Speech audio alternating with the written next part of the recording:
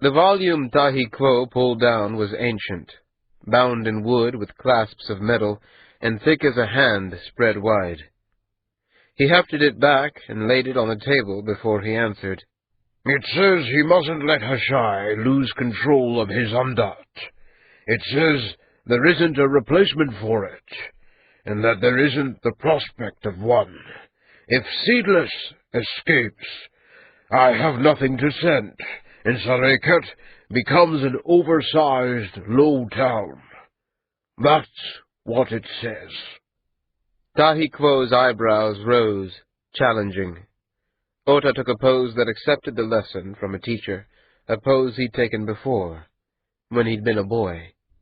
Every generation it becomes more difficult, Tahi Quo said, angry, it seemed, at speaking the words. There are fewer men who take up the mantle. The Undat that escape are more and more difficult to recapture. Even the fourth water ones, like Seedless and Unstung. The time will come, not for me, I think, but for my successor, or his, when the Undat may fail us entirely. The Khayyam will be overrun by Galts and Westermen. Do you understand what I'm telling you? Yes, Ota said, but not why. Because you had promise, Tahi Quo said bitterly. And because I don't like you. But I have to ask this. Otamachi, have you come here with this letter because you've regretted your refusal? Was it an excuse to speak to me because you're seeking the robes of a poet? Ota didn't laugh, though the question seemed absurd. Absurd and, as they mixed in his mind with the sights and scents of the village, more than half sad. And beneath all that, perhaps he had. Perhaps he had needed to come here and see the path he had chosen, to know as a man whether he still believed in the choices he had made as a boy. No, he said. Tahi Quo nodded, undid the clasps of the great book, and opened it. It was in no script Ota had ever seen.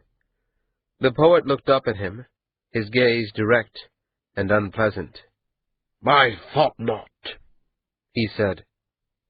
Go then, and don't come back unless you decide you're man enough to take on the work. I don't have time to coddle children. Ota took a pose of leave-taking, then hesitated. I'm sorry, Tahi Quo, he said, that your master died, that you had to live this way, all of it. I'm sorry the world's the way it is. Blame the sun for setting, the Tahi Quo said, not looking at him, not looking up. Ota turned and walked out.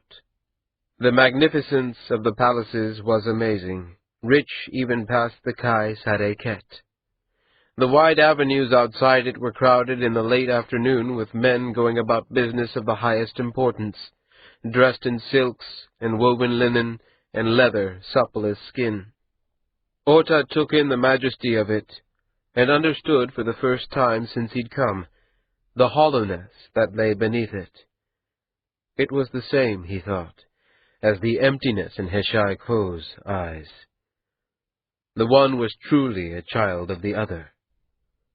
He was surprised, as he walked down the edge of the village, to find himself moved to sorrow. The few tears that escaped him might have been shed for Ma'ati, or Heshai, Tahi Quo, or the boys of his cohort scattered now into the world, the vanity of power, or himself. The question that had carried him here, whether he was truly Otamachi or Itani Noiga, son of the Khayyam or seafront laborer, was unresolved, but it was also answered. Either one, but never this. When? Madge demanded, her arms crossed. Her cheeks were red and flushed, her breath smelled of wine. I've been weeks living with whores and you, their pimp. You told me that the men who killed my child would be brought to justice. Now tell me when. The island girl moved quickly, scooping up a vase from Amat's desk and throwing it against the far wall. The pottery shattered, flowers falling broken to the floor. The wet mark on the wall dripped and streaked. The guard was in the room almost before Amat could move, a knife the length of his forearm at the ready. Amat rose and pushed him back out despite his protests, closing the door behind him. Her hip ached badly. It had been getting worse these last weeks, and it added to everything else that made her irritable. Still, she held herself tall as she turned back to her sometime ally, sometime charge. The girl was breathing fast now, her chin jutting out, her arms pulled back. She looked like a little boy, daring someone to strike him. Amat smiled sweetly, took 2 slow strides, and slapped her smartly across the mouth. I am working from before the sun comes up to half through the night for you, Amat said.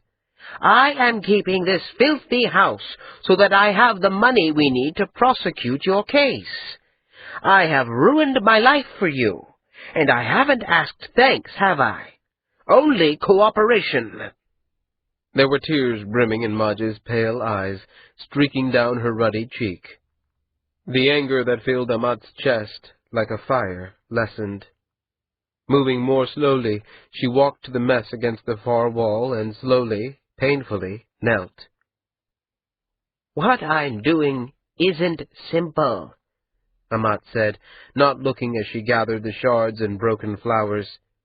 Well, Sincha didn't keep records that would tie him directly to the trade, and the ones that do exist are plausible whether he knew of the treachery or not. I have to show that he did. Otherwise, you may as well go home. The floor creaked with Madge's steps, but Amat didn't look up. Amat made a sack from the hem of her robe, dropped in the shattered vase, and laid in the soft petals afterwards. The flowers, though destroyed, smelled lovely. She found herself reluctant to crush them. Madge crouched down beside her and helped clean. We've made progress, Amat said, her voice softer now. She could hear the exhaustion in her own words. I have records of all the transactions. The pearls that paid the Kai came on a Galtic ship, but I have to find which one. That will be enough. That will be a start, Amat said, but there will be more. Torishcha has had men on the seafront offering payment for information. Nothing's come from it yet, but it will. These things take time. Madge leaned close, placing a handful of debris into Amat's makeshift bag. She meant well, Amat knew, but she buried the flowers all the same. Amat met her gaze. Madge tried to smile. You're drunk, Amat said gently.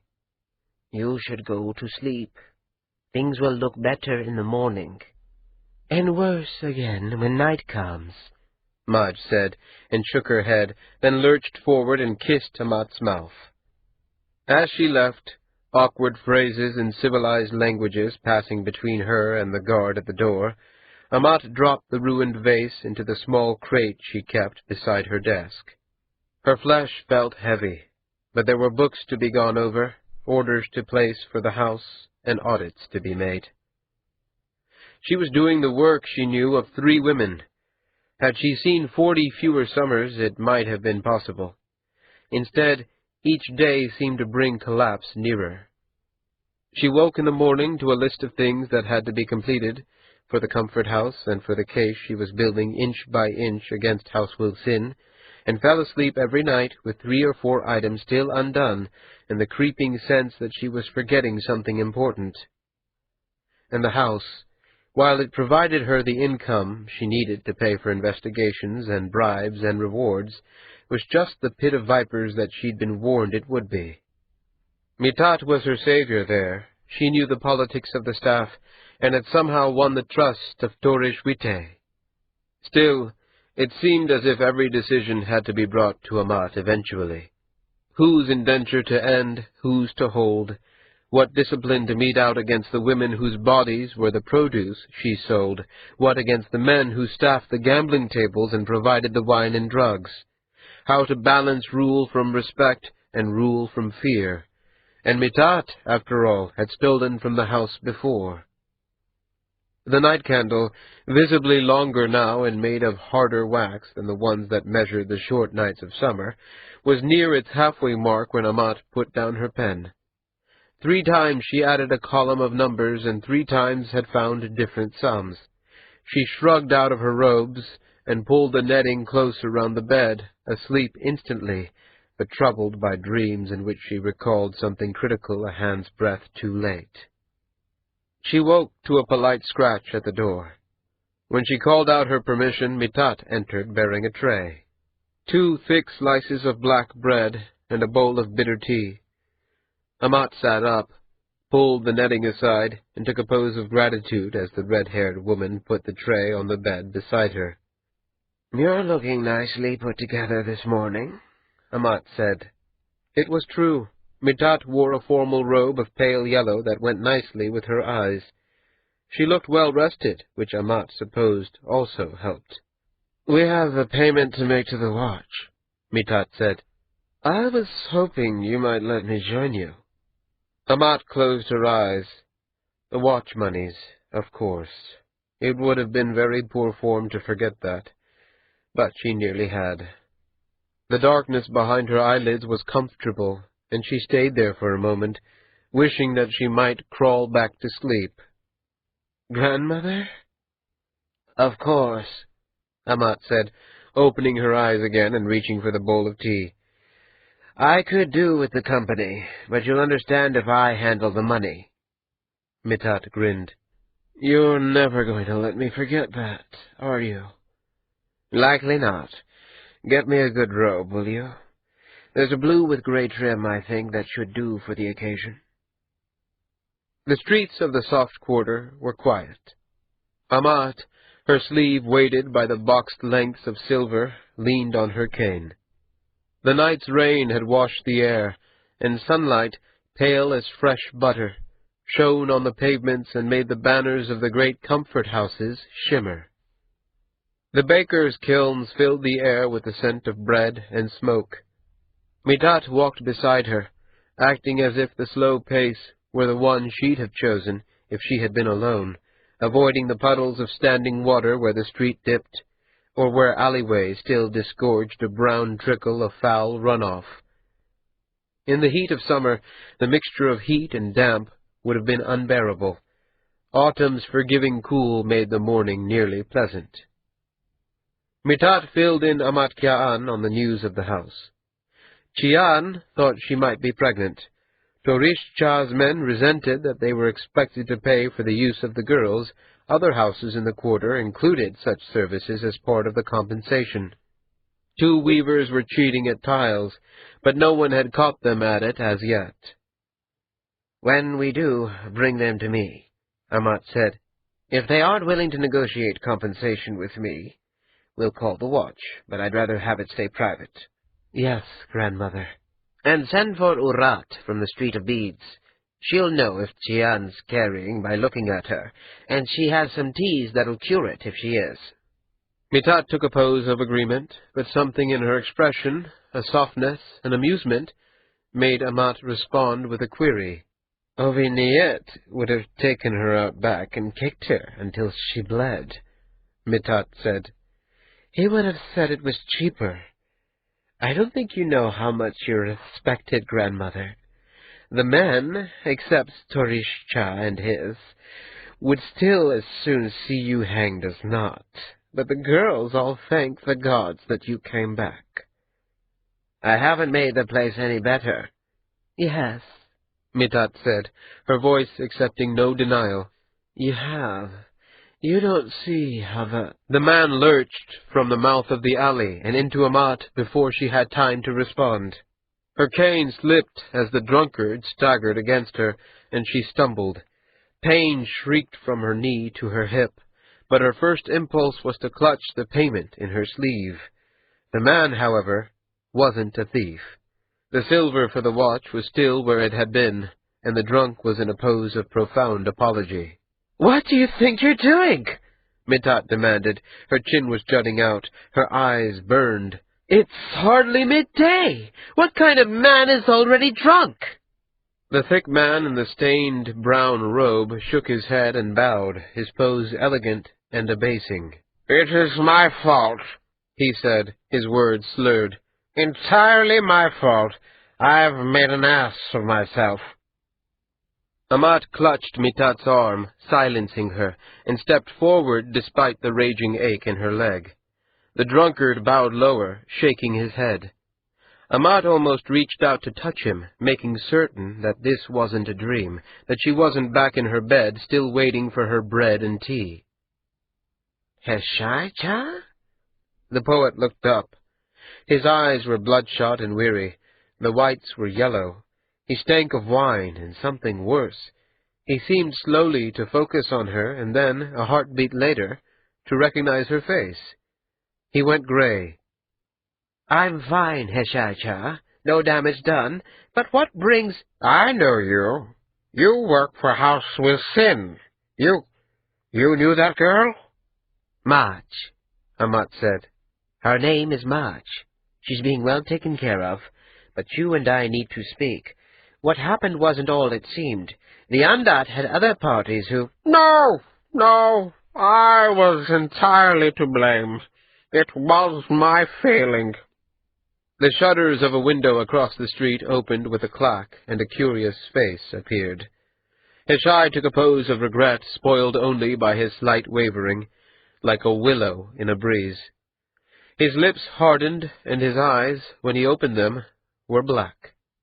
He looked at her as if she'd insulted him, and in that moment Amat could see that the Andat Seedless, with his beautiful face and perfect voice, had indeed been drawn from this man. "I am making an ass of myself," he said. He bowed stiffly to her and to Mitat, turned, and strode unsteadily away. "Gods," Mitat said, looking after the wide, retreating back. "What was that?" "The poet of Quartet," Amat said. She turned to consider the alley from which he'd emerged.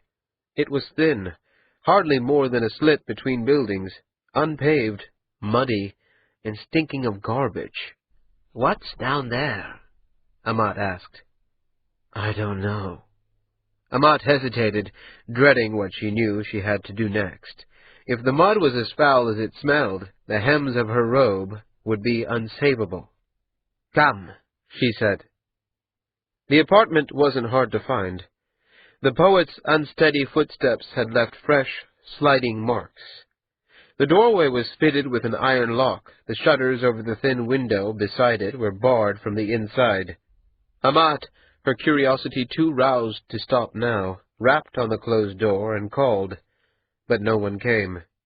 "Sometimes, if they don't want to be seen in the houses, men take rooms," Mitat said.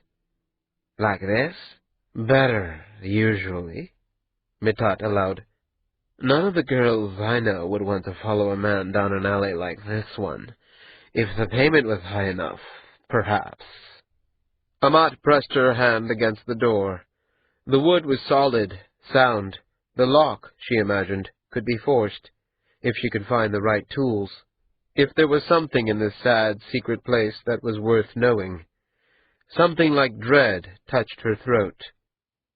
"Grandmother, we should go." Amat took a pose of agreement, turning back toward the street. Curiosity balanced relief at being away from the private room of the poet of Quartet. She found herself wondering, as they walked to the offices of the watch, what lay behind that door, how it might relate to her quiet war, and whether she wanted to discover it. Winter came to the summer cities. The last leaves fell, leaving bare trees to sleep through the long nights. Cold mists rose, filling the streets with air turned to milk. Maati wore heavier robes, silk and combed wool, but not his heaviest. Even the depths of a Sareket winter were milder than a chilly spring in the north. Some nights Ma'ati walked through the streets with Liat, his arm around her, and both of them hunched against the cold, but it was a rare thing to see his own breath in the air. In Pattaya as a child, at the school, then with the Dai Quo, Ma'ati had spent most of his life colder than this, but the constant heat of the high seasons of Sareket had thinned his blood. He felt the cold more deeply now than he remembered it. Heshai Quo's return to health seemed to have ended the affair of the dead child in the minds of the Utkayem. Over the weeks, the terribly short weeks, Heshai had taken him to private dinners and public feasts, had presented him to high families, and made it clear through word and action that Liat was welcome, was always welcome, at the poet's house. That Seedless had been given a kind of freedom seemed to displease the Kai Sareket and his nearest men, but no words were said and no action taken. So long as the poet was well enough to assuage the general unease, all was close enough to well. The tea-house they had retreated to, he and Liat, was near the edge of the city proper. Buildings and streets ran further out, north along the river, but it was in this quarter that the original city touched the newer buildings. Newer buildings, Ma'ati reflected, older than his grandfather's grandfather, and still they took the name. They'd taken a private room hardly larger than a closet, with a small table and a bench against the wall that they both shared.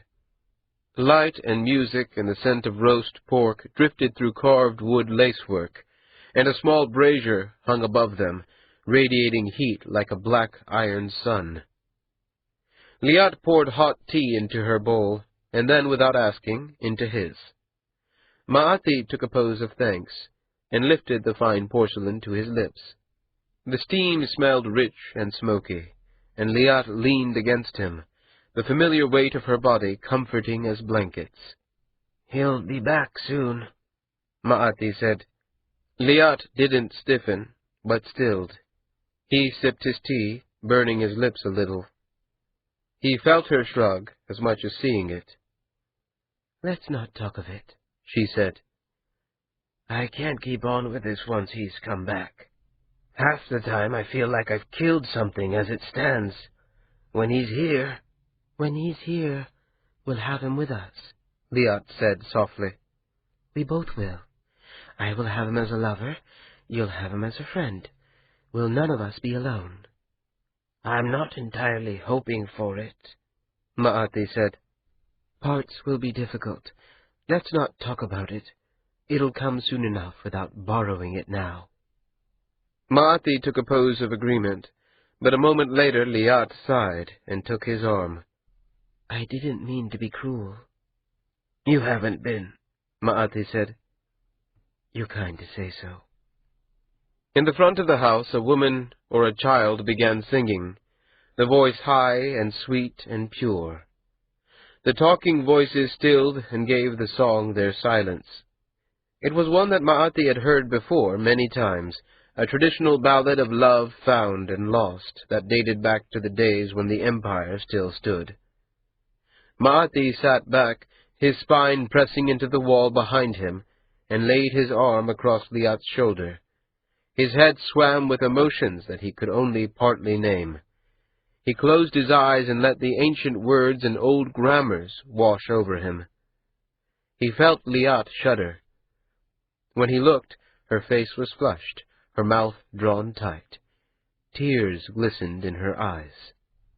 "Let's go home," he said, and she nodded. He took 6 lengths of copper from a pouch in his sleeve and left them in a row on the table. It would more than cover the charges. Together they rose, pushed aside the door, and slipped out. The song continued on as they stepped out into the darkness. The moon was just past new, and the streets were dark except for the torches at crossroads where large streets met, and elsewhere lit by the kilns of the firekeepers. They walked arm in arm, heading north. Why do they call you poets? Liat asked. You don't really declaim poetry. Or, I mean, we have, but not as what you do for the Kai. There are other terms, Maati said. You could also call us shapers or makers, thought weavers. It's from the binding. The Undat. Their poems? They're like poems. They're translations of an idea into a form that includes volition. When you take a letter in the Kayet tongue and translate it into Goltic, there are different ways you could word it to get the right meaning. The binding is like translating a letter perfectly from one language to another. You make it clear, and the parts that aren't there, if there isn't quite the right word in Goltic, for instance, you create them so that the whole thing holds together. The old grammars are very good for that work. What do you do with it? With the description? You hold it in your mind. Forever. The words lapsed. They walked. The high walls of the warehouse district stopped, and the lower buildings of the weavers took up. The palaces at the top of the city glittered with lanterns and torches, like the field of stars pulled down and overlapping the earth, until they were obscured again by high walls, now the homes of merchants and lesser trading houses. Have you ever been in the summer cities for candles night? Liat asked. No, Maati said. I've seen the Dai Quo's village, though. It was beautiful there. All the streets were lined with people, and the light made the whole mountain feel like a temple. You'll like it here, Liat said. There's likely more wine involved than with the Dai Quo. Maati smiled in the darkness and pulled her small, warm body closer to him. I imagine so, he said. At the school, we didn't... The blow was so sudden, Maati didn't really have time to feel it. He was on the ground. The stones of the street were rough against his skinned palms, and he was consumed by a sense of urgency whose object he could not immediately identify. Liat lay unmoving beside him. A roof tile, 6 hands square and 3 fingers deep of baked red clay, rested between them like an abandoned pillow. A scraping sound like rats and plaster walls caught Maati's crippled attention, and another tile fell, missing them both, detonating on the street at Liat's side. Maati's panic found its focus. He lurched toward her. Blood soaked her robe at the shoulder. Her eyes were closed. Liat, wake up! The tiles are loose! She didn't answer. Maati looked up, his hands shaking though he wasn't aware of the fear, only of the terrible need to act immediately, trapped against his uncertainty of what action to take. No other tile moved, but something, a bird, a squirrel, a man's head, ducked back over the roof's lip. Maati put his hand on Liat's body and willed his mind into something nearer to order. They were in danger here. They had to move away from the wall, and Liat couldn't. Carefully, he took her by the shoulders and dragged her. Each step made his ribs shriek, but he took her as far as the middle of the street before the pain was too much. Kneeling over her, fighting to breathe, Maati's fear turned at last to panic. For a long, airless moment, Maati convinced himself that she wasn't breathing. A shifting of her bloody robe showed him otherwise. Help. They needed help. Maati stood and staggered. The street was empty, but a wide ironwork gate opened to rising marble steps and a pair of wide wooden doors. Maati pushed himself toward it, feeling as if he was at one remove from his own muscles, as if his body was a puppet he didn't have the skill to use well. It seemed to him, hammering on the wide doors, that no one would ever come. He wiped the sweat from his brow, only to discover it was blood. He was trying to decide whether he had the strength to go looking for another door, a firekeeper, a busier street, when the door swung open. An old man, thin as sticks, looked out at him. Maati took a pose that begged. You have to help her, he said. She's hurt! Gods! The man said, moving forward, supporting Maati as he slid down to the steps. Don't move, my boy. Don't move. Jian! Out here! Hurry! There's children hurt! Tell Otakwo, Maati thought, but was too weak to say. Find Otakwo and tell him he'll know what to do. He found himself in a well-lit parlor without recalling how he'd come there. A younger man was prodding at his head with something painful. He tried to push the man's arm away, but he was nearly too weak to move. The man said something that Maati acknowledged and then immediately forgot.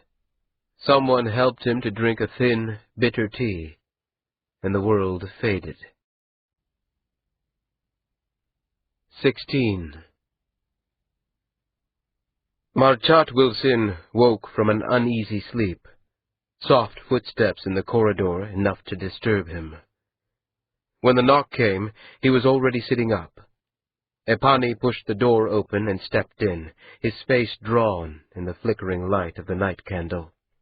Wilson-cha? It's him, isn't it? Epani took a pose of affirmation, and Marchat felt the dread that had troubled his sleep gnawed itself in his chest. He put on a brave show, pushing aside the netting with a sigh, pulling on a thick wool robe. Epani didn't speak. Amat, Marchat thought, would have said something. He walked alone to his private hall. The door of it stood open, lantern light spilling out into the corridor. A black form passed in front of it, pacing, agitated, blocking out the light. The knot in Marchat Wilson's chest grew solid, a stone in his belly. He drew himself up and walked in. Seedless paced, his pale face as focused as a hunting cat's. His robe, black shot with red, blended with the darkness until he seemed a creature half of shadow. Marchat took a pose of welcome, which the Andat ignored except for the distant smile that touched his perfect lips. It was an accident, Marchat said. They didn't know it was him. They were only supposed to kill the girl. Seedless stopped. His face was perfectly calm, his eyes cool. Anger radiated from him like a fire. You hurt my boy, he said. Blame Amat, if you have to blame anyone, Wilson said. It's her vendetta that's driving this. She's trying to expose us. She's dedicating her life to it, so don't treat this like it's something I chose. Seedless narrowed his eyes. Marchat forced himself not to look away. She's close, he said. She's looking at shipments of pearls from Quartet ports and tying them to the payment. With the money she's offering, it's a matter of time before she gets what she's looking for. Leaving Liat be would have been... The girl could damage us. If it came before the Kai, she might damage us. And yet your old overseer hasn't taken her apprentice into confidence. Would you? Liat's a decent girl, but I wouldn't trust her with my laundry. You think she's incompetent? No, I think she's young. And that, oddly, seemed to touch something. The Andat's anger shifted, lost its edge. Marchat took a free breath for the first time that night. So, you chose to remove her from the field of play, Seedless said. An accident of roof tiles. I didn't specify the tiles, only that it should be plausible. You didn't tell them to avoid Maati? I did, but gods! Those two are connected at the hip these days. The men grew impatient. They thought they could do the job without damaging the poet boy. They were wrong. I know. It won't happen again. The Andat flowed forward, lifting himself up to sit on the meeting table beside the lantern. Marchat took a step back before he knew he had done it. The Andat's pale fingers laced together, and it smiled, an expression of such malice and beauty that it could never have been mistaken for human. If Mahati had died, Seedless said, its voice low as distant thunder, every crop in Galt would fail. every cow in you would go barren. Your people would die.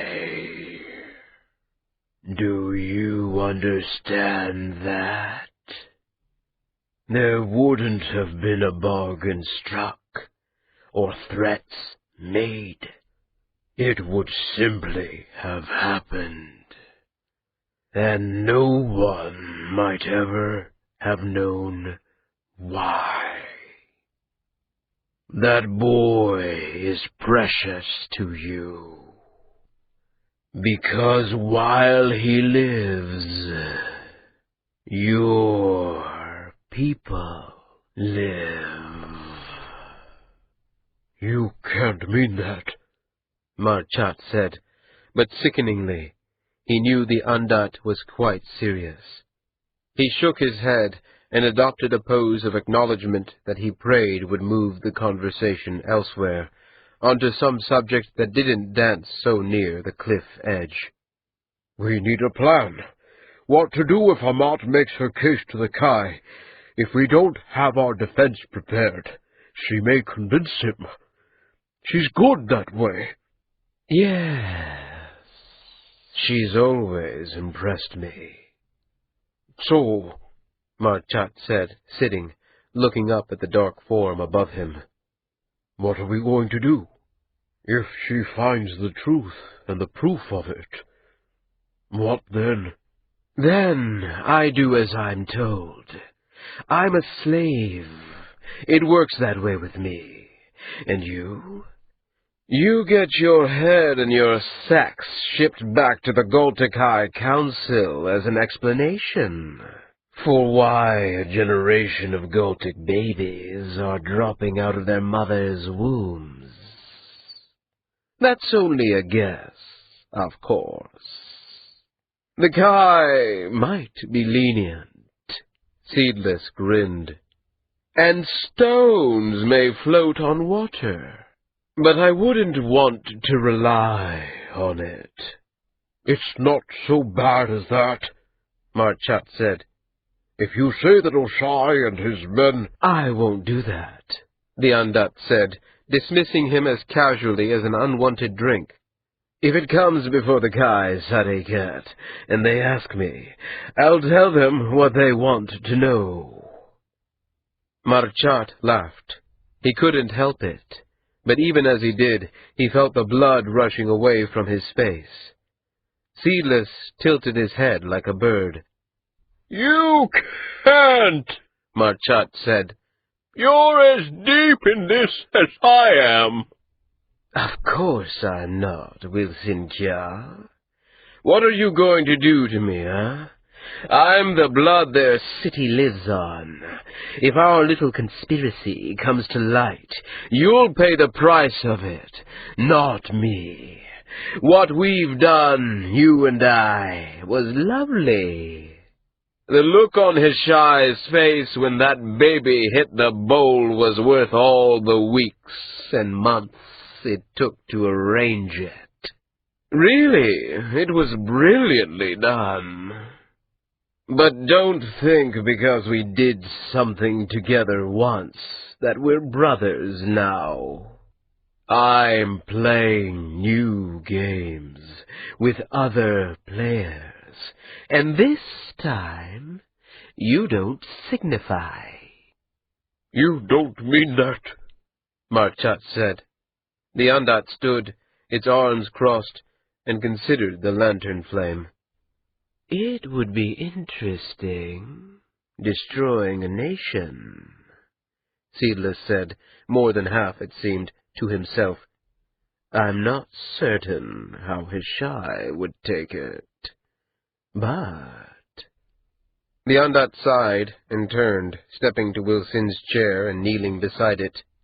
It seemed to Marchat that the Ondat smelled of incense and ashes.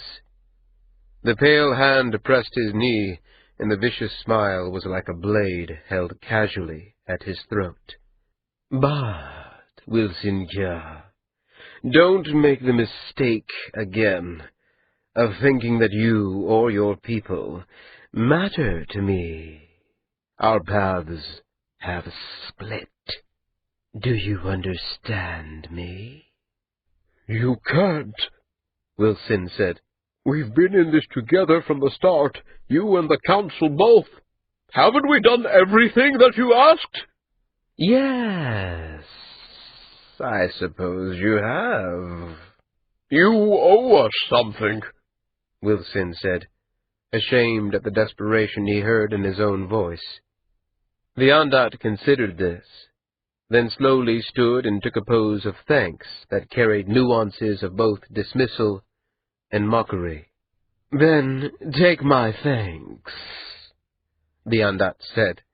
Wilson Cha, you have been insincere, selfish, and short-sighted as a flea, but you were the perfect tool for the work, and for that I thank you. Hurt Ma'ati again, and your nation dies. Interfere with my plans, and I'll tell Amat Ka'an the full story and save her troubles. This game's moved past you, little man. It's too big. Stay out of it. The dream, if it was a dream, was painful and disjointed. Liat thought she heard someone crying, and thought it must be from the pain. But the pain was hers, and the weeping wasn't, so that could hardly be. She found herself in a rainstorm outside the temple, all the doors locked against her. She called and called, but no one opened the doors, and the patter of rain turned to the clicking of hail, and the hailstones grew and grew, until they were the size of a baby's fist, and all she could do was curl tight and let the ice strike her neck and the back of her head. She woke, if the slow swimming up to lucidity was truly waking, with her head throbbing in pain. She lay on an unfamiliar bed, worked wood and brass, in a lavish room. A breeze came through the opened shutters and stirred the fine silk netting with the scent of rain. The rough cough and the clearing of a throat made her turn too quickly, and pain shot from her neck to her belly. She closed her eyes, overcome by it, and opened them to find the poet Heshai at the bedside in a pose of apology. I didn't see you were awake, he said, his wide mouth in a sheepish smile. I'd have warned you I was here. You're in the second palace. I'd have taken you to the poet's house, but the physicians are nearer. Liat tried to take a pose of casual forgiveness, but found that her right arm was strapped. She tried for the first time to understand where she was and how she'd come there. There had been something, a tea-house in Ma'ati, and then something. She pressed her left palm to her eyes, willing the pain to stop and give her room to think. She heard the rustle of cloth pulled aside, and the mattress dipped to her left, where the poet sat beside her. "Ma'ati?" she asked. Fine, the poet said. You took the worst of it. He had his brain rattled around a bit for him, and a shard cut his scalp above the ear. The physician says it's not such a bad thing for a boy to bleed a little when he's young, though. What happened? Guards! Of course, you wouldn't know. Loose tiles, 2 of them. The Utkayam are fining the owner of the compound for not keeping his roof better repaired. Your shoulder and arm, no, don't move them. They're strapped like that for good cause. The first tile broke some bones rather badly. Once they found who Ma'ati was, they brought you both to the Kai's palaces. The Kai's own physicians have been watching over you for the last 3 days. I asked for them myself. Her mind seemed foggy. Simple as his explanation was, the details of the poet's words swam close, darted away. She took hold of one. 3 days? Liat asked. I've been asleep for 3 days? Not so much asleep, the poet admitted. We've been giving you poppy milk for the pain. Ma'ati's been here most of the time, I sent him off to rest this morning. I promised him I'd watch over you while he was gone. I have some tea if you'd like it." Liat began to take a pose of thanks, and the pain sang in her neck and shoulder. She paled and nodded. The poet stood slowly, trying, she could tell, not to jostle her. He was back in a moment, helping her to sip from a bowl of lemon tea, sweet with honey. Her stomach twisted at the intrusion, but her mouth and throat felt like the desert in a rainstorm. When he pulled the bowl back and helped her ease back down, Liat saw an odd expression on the poet's face. Tenderness, she thought. She had always thought of Heshai as an ugly man, but in that light, at that moment, the wide lips and thinning hair seemed to transcend normal ideas of beauty. He looked strong and gentle. His movements were protective as a mother's and as fierce. Liat wondered why she'd never seen it before. "I should thank you, in a way," he said. "You've given me a chance to give back part of what Ma'ati's done for me. Not that we talk of it in those terms, of course." "I don't understand." The frog mouth spread into a rueful smile. "I know how much it cost him caring for me while I was ill. It isn't the sort of thing you discuss, of course, but I can tell. It isn't easy watching the man who is supposed to be your master fall apart. And it isn't a simple thing to stand beside him while he pulls himself back together. Would you like more tea? The physician said you could have as much as you wanted, but that we'd want to go slowly with heavier foods." "No, no more, thank you. But I still don't see—" "You've made Ma'ati happy these last few weeks," Heshai said, his voice softer. "That he let me take part in caring for you pays back a part of the time he cared for me." "I didn't think you'd noticed how much it took from him," Liat said. The poet took a querying pose. "You seemed too busy with other things, I suppose. I'm sorry. It isn't my place to judge what you—" "No, it's quite all right. Ma'ati and I haven't quite found our right level. I imagine there are some opinions you both hold of me. They're my fault. I earned them." Liat closed her eyes, marshalling her thoughts, and when she opened them again, it was night, and she was alone. She didn't remember falling asleep, but the night candle, burning steady in a glass lantern at her bedside, was past its halfway point, and heavy blankets covered her. Despite the pain, she pulled herself up, found and used the night pot, and crawled back to bed, exhausted. Sleep, however, didn't return so easily. Her mind was clear, and her body, while aching and bruised at best, and pain bright at worst, at least felt very much her own. She lay in the dim light of the candle, and listened to the small sounds of the night, wind sighing at the shutters, the occasional clicking of the walls as they cooled. The room smelled of mint and mulled wine. Someone had been drinking, she thought, or else the physicians had thought that being in air that smelled so pleasant would help her body heal. The first distant pangs of hunger were shifting in her belly. As the candle burned lower, the night passing, Liat grew clearer and more awake. She tested how much she could move without the pain coming on, and even walked around the room. Her arm and shoulder were still bound, and her ribs ached to touch, but she could breathe deeply with only an ache. She could bring herself to sitting, and then stand. Walking was simple so long as she didn't bump into anything. She imagined Ma'ati watching over her while she slept, ignoring his own wounds. And Heshai, more like a friend or father, sharing that burden. It was more, she knew, than the two had ever shared before, and she found herself both embarrassed and oddly proud of being the occasion of it. A thick winter robe hung on a stand by the door, and Liat put it on, wrapping the cloth around her bandages and tying it one-handed. It took longer than she'd expected, but she managed it, and was soon sitting in the chair that Ma'ati and Heshai must have used in their vigil. When a servant girl arrived, Liat instructed her not to tell anyone that she'd risen. She wanted Ma'ati to be surprised when he came. The girl took a pose of acknowledgment that held such respect and formality, Liat wondered whether Heshai had told them who she was, or if they were under the impression that she was some foreign princess. When Ma'ati came, he was alone.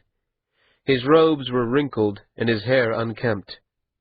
He came in quietly, stopping dead when he saw her bed empty, his chair inhabited. She rose as gracefully as she could and held out her good hand. He stepped forward and took it in his own, but didn't pull her close. His eyes were bloodshot and bright, and he released her hand before she let go of his. She smiled a question. "Liat-cha," he said, and his voice was thick with distress. "I'm pleased you're feeling better." "What happened?" "Good news. Otakwo's come back. He arrived last night with a letter from the Daikwo himself. It appears there is no Andat to replace Seedless, so I'm to do anything necessary to support Heshai Kwo's well-being. But since he's already feeling so much better, I don't see that it amounts to much. It seems there's no one ready to take Heshai's place. It may not be for several years, you see, and so it's very important that—" He trailed off into silence, a smile on his lips, and something entirely different in his eyes. Liat felt her heart die a little. She swallowed and nodded. "Where is he?" Liat asked. "Where's Itani?" "With Heshai Kwo. He came straight there when his ship arrived. It was very late, and he was tired. He wanted to come to you immediately, but I thought you would be asleep. He'll come later, when he wakes.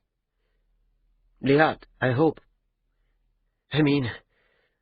I didn't—" He looked down, shaking his head. When he looked up, his smile was rueful and raw, and tears streaked his face. "We knew, didn't we, that it would be hard," he said. Liat walked forward, feeling as if something outside of her was moving her.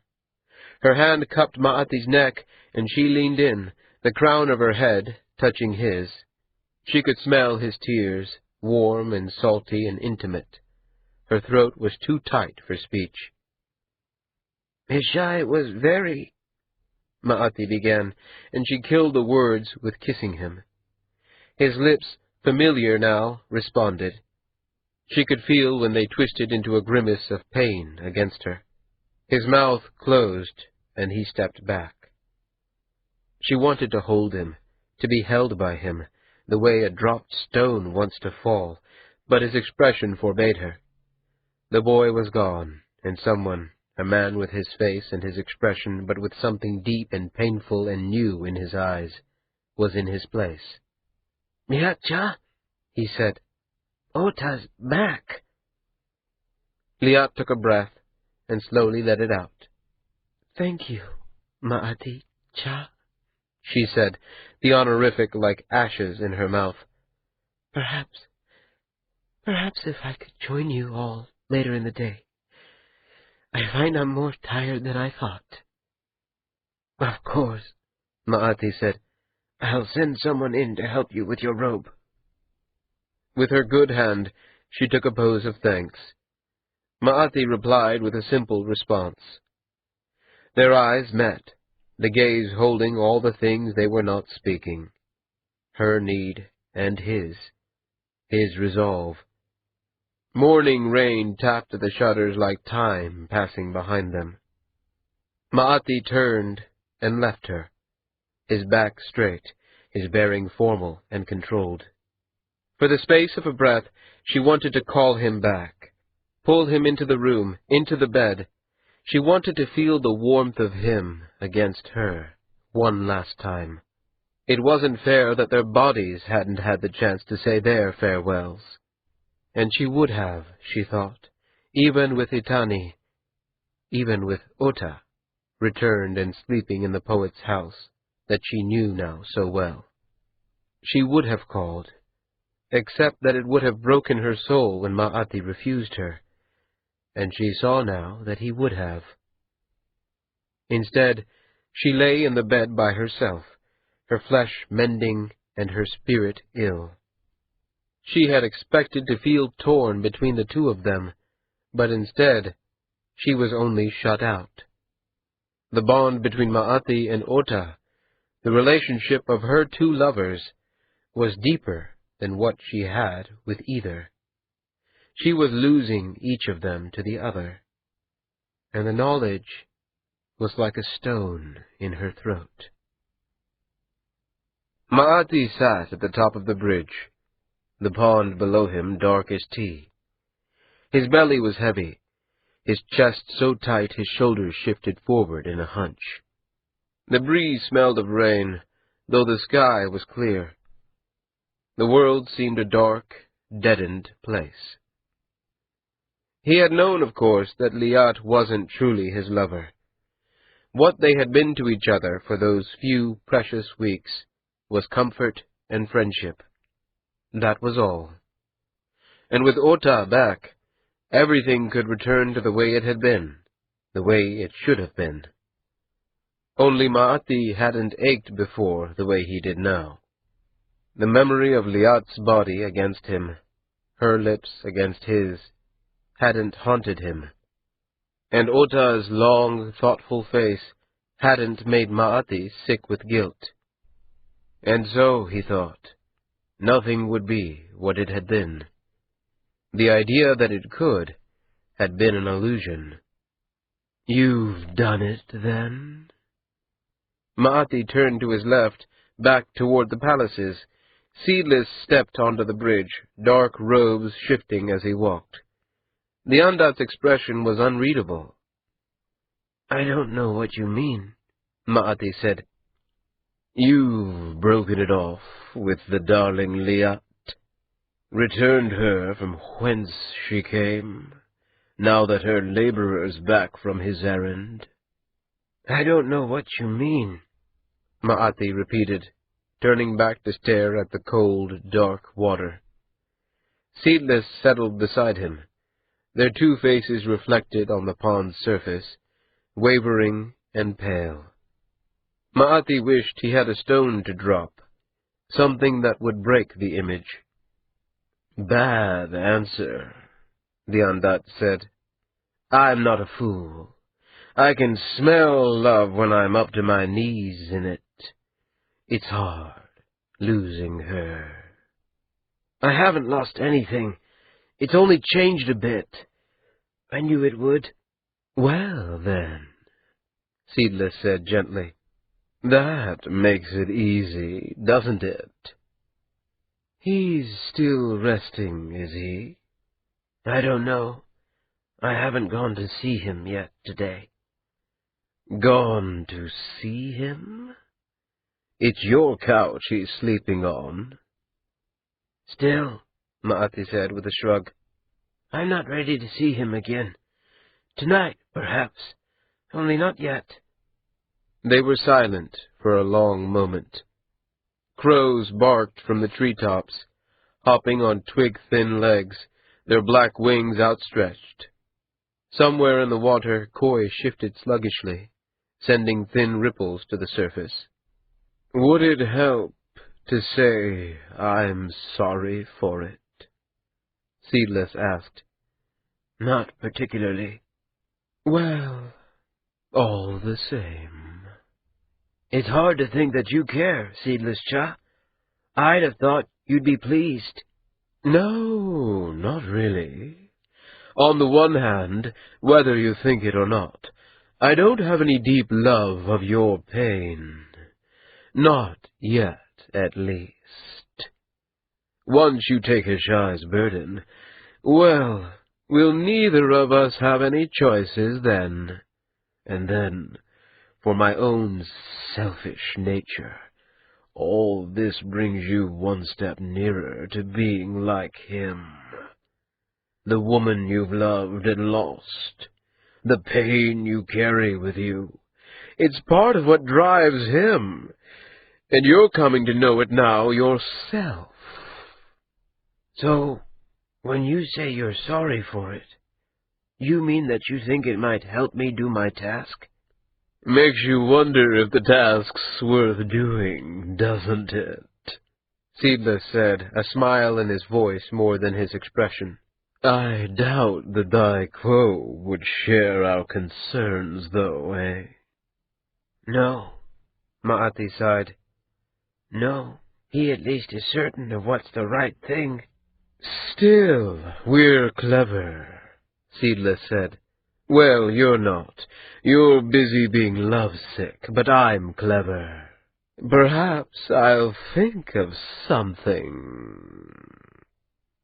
Ma'ati turned to look at the Andat, but the smooth, pale face revealed nothing more than a distant amusement. Something in particular? Ma'ati asked, but Seedless didn't answer. Ota woke from a deep sleep to light slanting through half-opened shutters. For a moment he forgot he had landed, his body still shifting from memory of the sea beneath him. Then the blonde wood and incense, the scrolls and books, the scent and sound of winter rain recalled him to himself, and he stood. The wall-long shutters were closed. A fire burned low in its grate. Heshai and Ma'ati were gone, but a plate of dried fruit and fresh bread sat on a table beside the letter from the Dai Quo, its pages unsewn and spread. He sat alone and ate. The journey back had been easy. The river bore him to Yalaket, and then a trade ship with a load of furs meant for Edensee. He'd taken a position on the ship, passage in return for his work, and he'd done well enough by the captain and crew. Ota imagined they were now in the soft quarter spending what money they had, indulging themselves before they began the weeks-long journey across the sea. Heshai had seemed better, alert and attentive. It even seemed that Ma'ati and his teacher had grown closer since Ota had left, brought together perhaps by the difficulties they had weathered. It might have been the bad news of Liat's injury, or Ota's own weariness and sense of displacement, but there had seemed something more as well, a weariness in Ma'ati's eyes that Ota recognized but couldn't explain. The first thing he needed, of course, was a bath, and then to see Liat, and then he wasn't sure. He had gone on his journey to the Dai Quo. He had come back bearing news that seemed out of date when it arrived. According to Ma'ati, Heshai Quo had bested his illness without the aid of the Dai Quo. The tragedy of the dead child was fading from the city's memory, replaced by other scandals, diseased cotton in the northern fields, a dyer who killed himself after losing a year's wages gambling, Liat's old overseer, Amat Ka'an, breaking with her house in favor of a business of her own in the soft quarter, the petty life-and-death battles of the sons of the Khayyam. And so what had seemed of critical importance at the time proved empty now that it was done. And his own personal journey had achieved little more. He could go, if he chose, to speak to Mohatiacha this afternoon.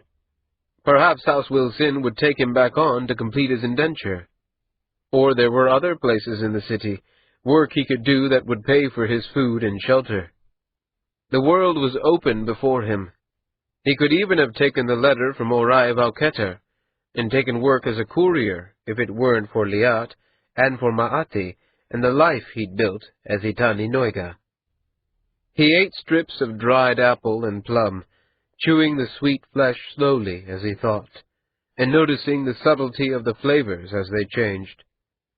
It wasn't so bad a life, Itani Noiga's. His work was simple, straightforward. He was good at it. With only a little more effort, he could find a position with a trading house or the seafront authority, or any of 100 places that would take a man with numbers and letters and an easy smile. And half a year ago he would have thought it enough. Ota or Itani? It was still the question. "You're up," a soft voice said, "and the men of the house are still out. That's good. We have things to talk about, you and I." Seedless leaned against a bookshelf, his arms crossed and his dark eyes considering. Ota popped the last sliver of plum into his mouth and took a pose of greeting appropriate for someone of low station to a member of the Utkayem. There was, so far as he knew, no etiquette appropriate for a common laborer to an Undat. Seedless waved the pose away and flowed forward, his robes, blue and black, hissing cloth against cloth. "Ota Machi," the Undat said. "Ota unbranded. The man too wise to be a poet, and too stupid to take the brand. And here you are." Ota met the glittering black gaze and felt the flush in his face. His words were ready, his hands already halfway to a pose of denial. Something in the perfect pale mask of a face stopped him. He lowered his arms. "Good," Seedless said. "I was hoping we might dispense with that part. We're a little short of time just now."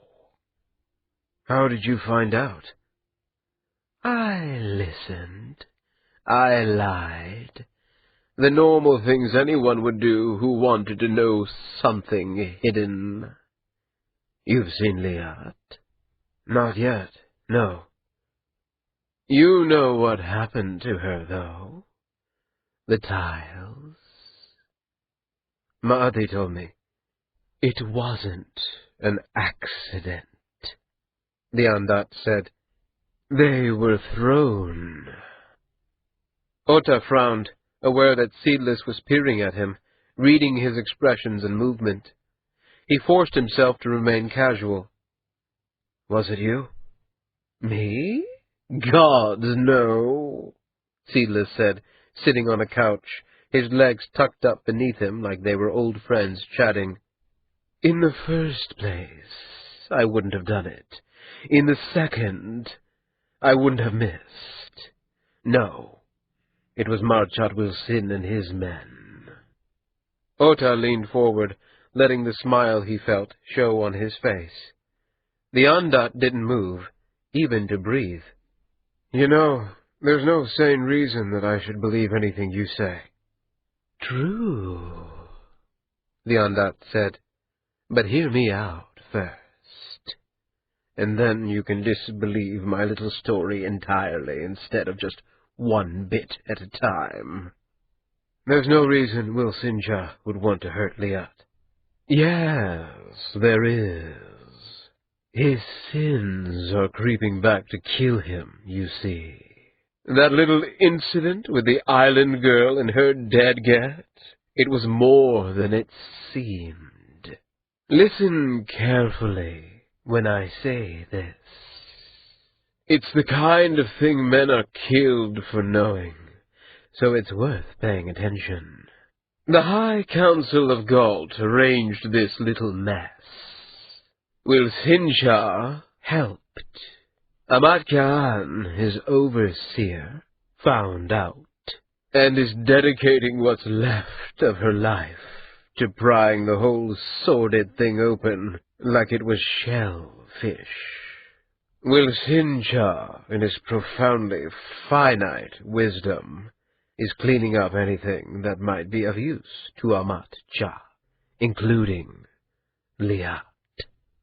Ota took a pose of impatience and stood, looking for his cloak. "I've had enough of this."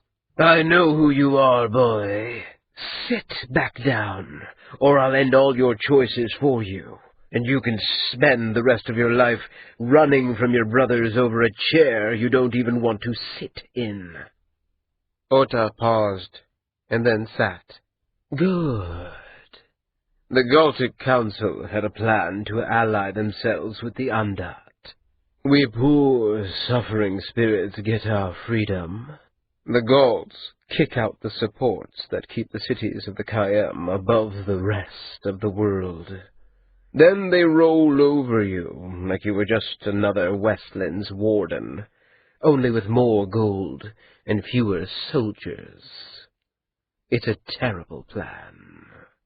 Is it? Yes. Undat aren't predictable. That's what makes us the same, you and I.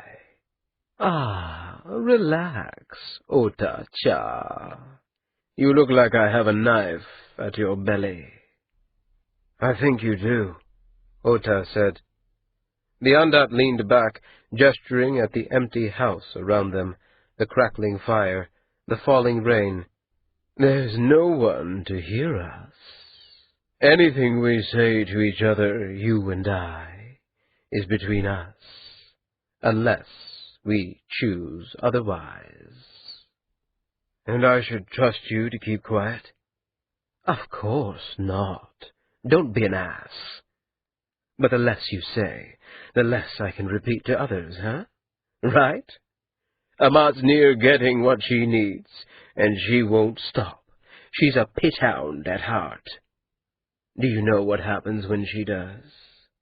She'll take it to the Kai.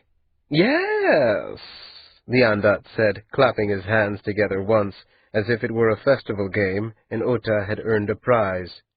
And what would he do? I don't know. No? You disappoint me. He'd do something bloody and gaudy and out of all proportion. Something that sounded like a plague from the old epics. My guess, it's only my opinion, of course, but I consider myself fairly expert on the subject of unrestrained power. He'll turn me and Hishai against whatever Galtic women are carrying babes when he learns of it. It will be like pulling seeds out of a cotton bale. 1,000, maybe, more. Who can say? It would break Hishai, Ota said, doing that. No, it wouldn't. It would bend him double, but it wouldn't break him. Seeing the one child die in front of him didn't do it, and tragedy fades with distance. Put it close enough to your eye, and a thumb can blot out a mountain. A few thousand dead Galt babies will hurt him, but he won't have to watch it happen. A few bottles of cheap wine, a few black months. And then he'll train Ma'ati. Ma'ati will have the loneliness, all the self-hatred, all the pain of holding me in check for all the rest of his life. That's already happening. Hishai fell in love and lost her, and he's been chewed by guilt ever since. Ma'ati will do the same. No, he won't, Ota said. Seedless laughed. More the fool, you! But let it go. Let it go, and look at the near term. Here's my promise, Ota Apmachi. Amat will make her case. Liat may be killed before it comes before the Kai, or she may not, but Amat will make her case. Innocent blood will wash Galt. Ma'ati will suffer to the end of his days. Oh, and I'll betray you to your family, though I think it's really very small of you to be concerned about that. Your problems don't amount to much, you know. Seedless paused. Do you understand me? Yes. Then you see why we have to act. We? You and I, Ota. We can stop it. Together we can save them all. It's why I've come to you. The Undat's face was perfectly grave now, his hands floating up into a plea. Slowly, Ota took a pose that was a query. Wind rattled the shutters, and a chill touched the back of Ota's neck. We can spare the people we love. Sarekat will fall, but there's no helping that. The city will fall, and we will save Liat and Maati and all those babies and mothers who had nothing to do with this. All you have to do is kill a man who, and I swear this, would walk onto the blade if you only held it steady. You have to kill me. Kill you or Heshai? There isn't a difference. Ota stood, and Seedless rose with him. The perfect face looked pained, and the pose of supplication Seedless took was profound. Please, he said, I can tell you where he goes, how long he stays, how long it takes him to drink himself to sleep. All you'll need is... No, Ota said. Kill someone? On your word? No, I won't. Seedless dropped his hands to his sides and shook his head in disappointment and disgust. Then you can watch everyone you care for suffer and die, and see if you prefer that. But if you're going to change your mind, do it quickly, my dear. Amat's closer than she knows. There isn't much time. 17. Something has to be done, Torish Witte said. She went into the street yesterday. If she'd been mistaken for a whore, there's no knowing how she'd have responded. And given the restraint she's managed so far, we could have had the watch coming down our throats. We can't have that. Her rooms were dark, the windows and wide doors covered with tapestries that held in the heat, as well as blocking the light. Downstairs, the girls and the children were all sleeping, even Mitat, even Maj. Only not Amat or Torish. She ached to rest, only not quite yet. I'm aware of what we can and cannot have, Amat said. I'll see to it. The thug, the murderer, the captain of her personal guard, shook his head. His expression was grim. All respect, grandmother, he said, but you've sung that song before. The island girl's trouble. Another stern talking to isn't going to do more than the last one did. Amat drew herself up, anger filling her chest, partly because she knew what he said was true. She took a pose of query. I had not known this was your house to run, she said. Torish shook his wide, bear-like head again, his eyes cast down in something like regret or shame. It's your house, he said, but they're my men. If you're going to be putting them on the wrong side of the watch, there isn't enough silver in the soft quarter to keep them here. I'm sorry. You'd break contracts? No, but I won't renew, not on those terms. This is one of the best contracts we've had, but I won't take a fight I know we can't win. You put that girl on a leash, or we can't stay with you. And truly, all respect, you need us. She lost a child last summer, Amat said. Bad things happen, Torish Witte said, his voice surprisingly gentle. You move past them. He was right, of course, and that was the galling thing. In his position, she would have done the same. Amat took a pose of acceptance. I understand your position, Torish-cha.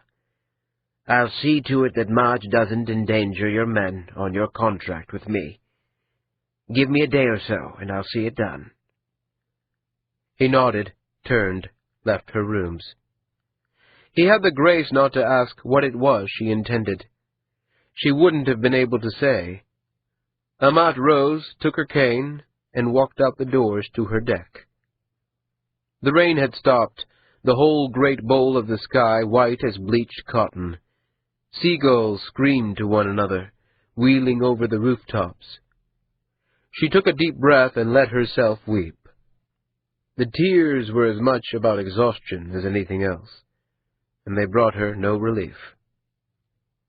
Between the late hour of the morning and the rain that had fallen all the last day, and through the night, the streets of the soft quarter were near deserted. The two boys, then, who came around the corner together, caught her attention. The older was broad across the shoulders, a sailor or a laborer, with a long northern face and a robe of formal cut. The younger boy at his side, smaller, softer, wore the brown robes of a poet. Amat knew as they stepped into the street that there would even now be no rest for her. She watched them until they came too near the comfort house to see without leaning over into the street, then went inside and composed herself. It took longer than she'd expected for the guard to come and announce them. Perhaps Torishcha had seen how tired she felt. The older boy proved to be Itani Noiga, Liat's vanished lover. The younger, of course, was the young poet Ma'ati. Amat, seated at her desk, took a pose of welcome and gestured to chairs she'd had brought in for them. Both boys sat. It was an interesting contrast, the pair of them. Both were clearly in earnest, both wore expressions of perfect seriousness, but Itani's eyes reminded her more of her own, focused out on her, on the room, searching, it seemed, for something. The poet boy was like his master, brooding, turned inward. Like his master, or like Marchat Wilsin. Amat put her hand on her knees and leaned a degree forward. "And what business brings you, young gentlemen?" she asked. Her tone was light and pleasant, and gave nothing away. Her subtlety was lost on them, though. The older boy, Itani, clearly wasn't looking to finesse an advantage. "Amatcha," he said, "I'm told you hope to prove that the High Council of Galt conspired with the Ondat Seedless when he killed a child out of the island girl last summer." "I'm investigating the matter," Amat said, "and I've broken with House Wilsin, but I don't know that it's fair to say that the Galtic Council must therefore be—" "Amatcha!" the poet boy Ma'ati broke in. "Someone tried to kill Liat Chokavi. Marchat Wilsin is keeping it quiet, but I was there, and Itani thinks it was something to do with you and House Wilsin." Amat felt her breath catch. Marchat, the old idiot, was panicking. Liat Chokavi was his best defense, if he could trust her to say the right things before the Kai. Except that he wouldn't. She was too young and too unskilled at these games. It was why he had used her in the first place. Something like nausea swept through her. "It may have been," Amat said. "How is she?" "Recovering in the Kai's palaces," Itani said, "but she's doing well. She'll be able to go back to her house tomorrow. Wilsincha will expect her." "No," Amat said. "She can't go back there." "It's true, then," Itani said, his voice somber. Perhaps he had a talent for finesse after all. Amat took a pose of acknowledgment. "I wasn't able to stop the crime against Marge from happening, but yes. House Wilsin knew of the deceit. I believe that the Galtic Council did as well, though I can't prove that as yet. That, I think, is hardly a great secret, though. Anyone might guess as much. That I'm right in thinking it is more difficult." "Protect Liat," Ma'ati said, "and whatever we can do for you, we will." "Itanisha, are those your terms as well?" "Yes," the boy said. "It may mean speaking before the Kai, telling him where you went the night you acted as Wilsincha's bodyguard." Itani hesitated, then took a pose of acceptance. Amat sat back, one hand up, requesting a moment to herself. This wasn't something she'd foreseen, but it might be what she'd needed. If the young poet could influence Heshai, or find some scrap of memory from the negotiations that showed Marchat Wilson knew that all wasn't what it seemed. But there was something more in this. She could feel it as sure as the tide. One piece here didn't fit. Itanicha's presence, I understand, Amat said. What is the poet's interest in Liat Chokavi? She's my friend, Ma'ati said. His chin lifted a fraction higher than before. His eyes seemed to defy her. Ah, she thought, so that's how it is. She wondered how far that had gone, and whether Itani knew. Not that it made any difference to her, or to what was called for next. Liat.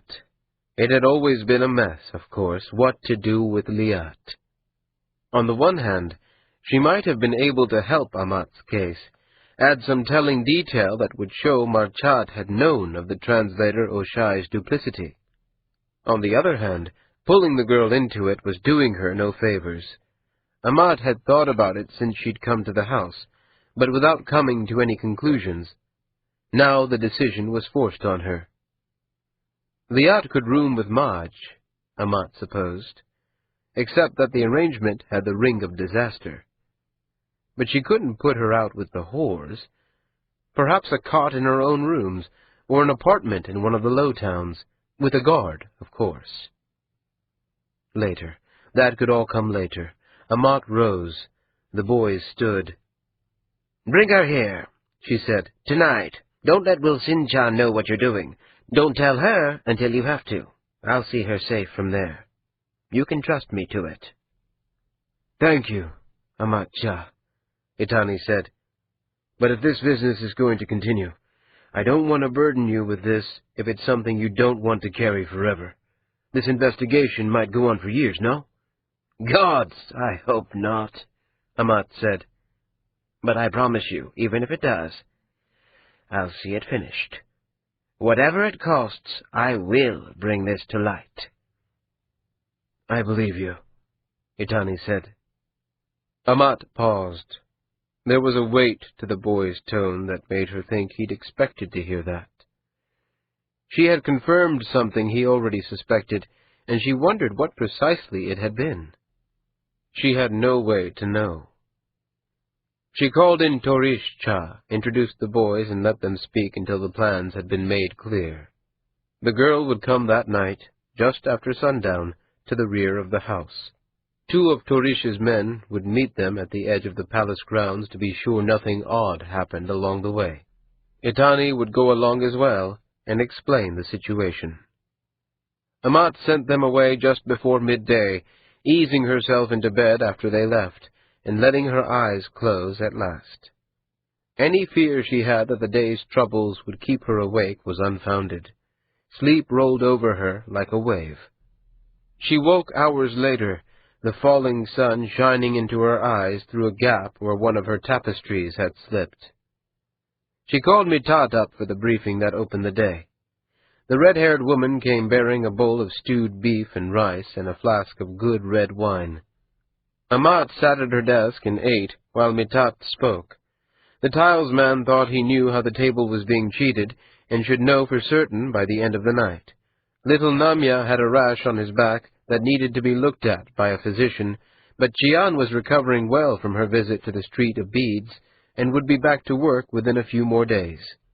2 of the girls had apparently run off, and Mitat was preparing to hire on replacements. Amat listened to each piece, fitting it into the vast complexity that her life had become.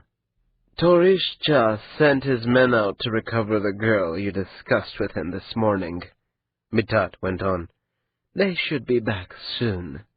I'll need a cot for her, Amat said. You can put it in my rooms, against the wall there. Mitat took a pose of acknowledgment. There was something else in it, though, a nuance that Amat caught as much from a hint of a smile as the pose itself. And then she saw Mitat realize that she'd noticed something, and the red-haired woman broke into a grin. What? Amat asked. The other business, Mitat said. About Maj and the Gaults. I had a man come by from a hired laborer's house, asking if you were only paying for information about this island girl, or if you wanted to know about the other one, too.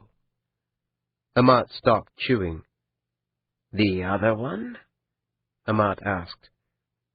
The one Oshai brought in last year. Amat took a moment, sitting back as the words took time to make sense. In the darkness of her exhaustion, hope flickered. Hope and relief. There was another one? I thought you might find that interesting, Mitat said. Ma'ati sat on the wooden steps of the poet's house, staring out at trees black and bare as sticks, at the dark water of the pond, at the ornate palaces of the Kai with lanterns glittering like fireflies. Night had fallen, but the last rays of sunlight still lingered in the west. His face and hands were cold, his body hunched forward, pulled into itself. But he didn't go into the warmth of the house behind him. He had no use for comfort. Ota and Liat had left just before sunset. They might, he supposed, be in the soft quarter by now. He imagined them walking briskly through the narrow streets, Ota's arm across her shoulder protectively. Otakwo would be able to keep her safe. Ma'ati's own presence would have been redundant, unneeded. Behind him, the small door scraped open. Ma'ati didn't turn. The slow, lumbering footsteps were enough for him to know it was his teacher, and not Seedless. There's chicken left, Hishai Kwo said, and the bread's good. Thank you. Perhaps later, Ma'ati said. Grunting with the effort, the poet lowered himself onto the step beside Ma'ati, looking out with him over the bare landscape as it fell into darkness. Ma'ati could hear the old poet's wheezing breath over the calling of crows. Is she doing well? Hishai asked. I suppose so. She'll be going back to her house soon. Will Sincha? She's not going back to him, Ma'ati said. The old overseer, Amat Kyan, is taking her up. So, House Wilson loses another good woman. He won't like that, Hishai said, then shrugged. Serves the old bastard right for not treating them better, I guess. I suppose. I see your friend the laborer's back. Ma'ati didn't answer. He was only cold, inside and out. Hishai glanced over at him and sighed. His thick-fingered hand patted Ma'ati's knee the way his father's might have had the world been something other than it was. Ma'ati felt tears welling unbidden in his eyes. Come inside, my boy, the poet said. I'll warm up a little wine. Ma'ati let himself be coaxed back in. With Hishai Kwo recovered, the house was slipping back into the mess it had been when he'd first come. Books and scrolls lay open on the tables and the floor beside the couches. An ink block hollowed with use stained the desk where it sat directly on the wood. Ma'ati squatted by the fire, looking into the flames as he had the darkness, and to much the same effect. Behind him, Hishai moved through the house, and soon the rich scent of wine and mulling spices began to fill the place. Ma'ati's belly rumbled, and he forced himself up, walking over to the table where the remains of the evening meal waited for him. He pulled a greasy drumstick from the chicken carcass and considered it. Hishai sat across from him and handed him a thick slice of black bread. Ma'ati sketched a pose of gratitude. Hishai filled the thick earthenware cup with wine and passed it to him. The wine, when he drank it, was clean and rich and warmed his throat.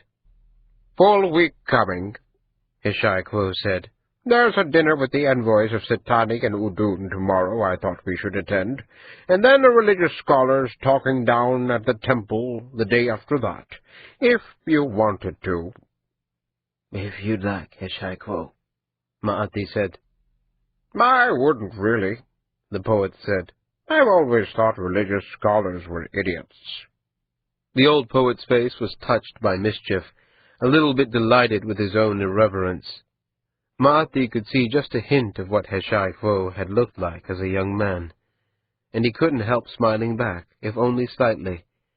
Heshai-Kwo clapped a hand on the table. There, he said. I knew you weren't beyond reach. Ma'ati shook his head, taking a pose of thanks more intimate and sincere than he'd used to accept the offered food. Heshai-Kwo replied with one that an uncle might offer to a nephew. Ma'ati stirred himself. This was as good a time as any, and likely better than most. Is Seedless here? Ma'ati asked. What? No.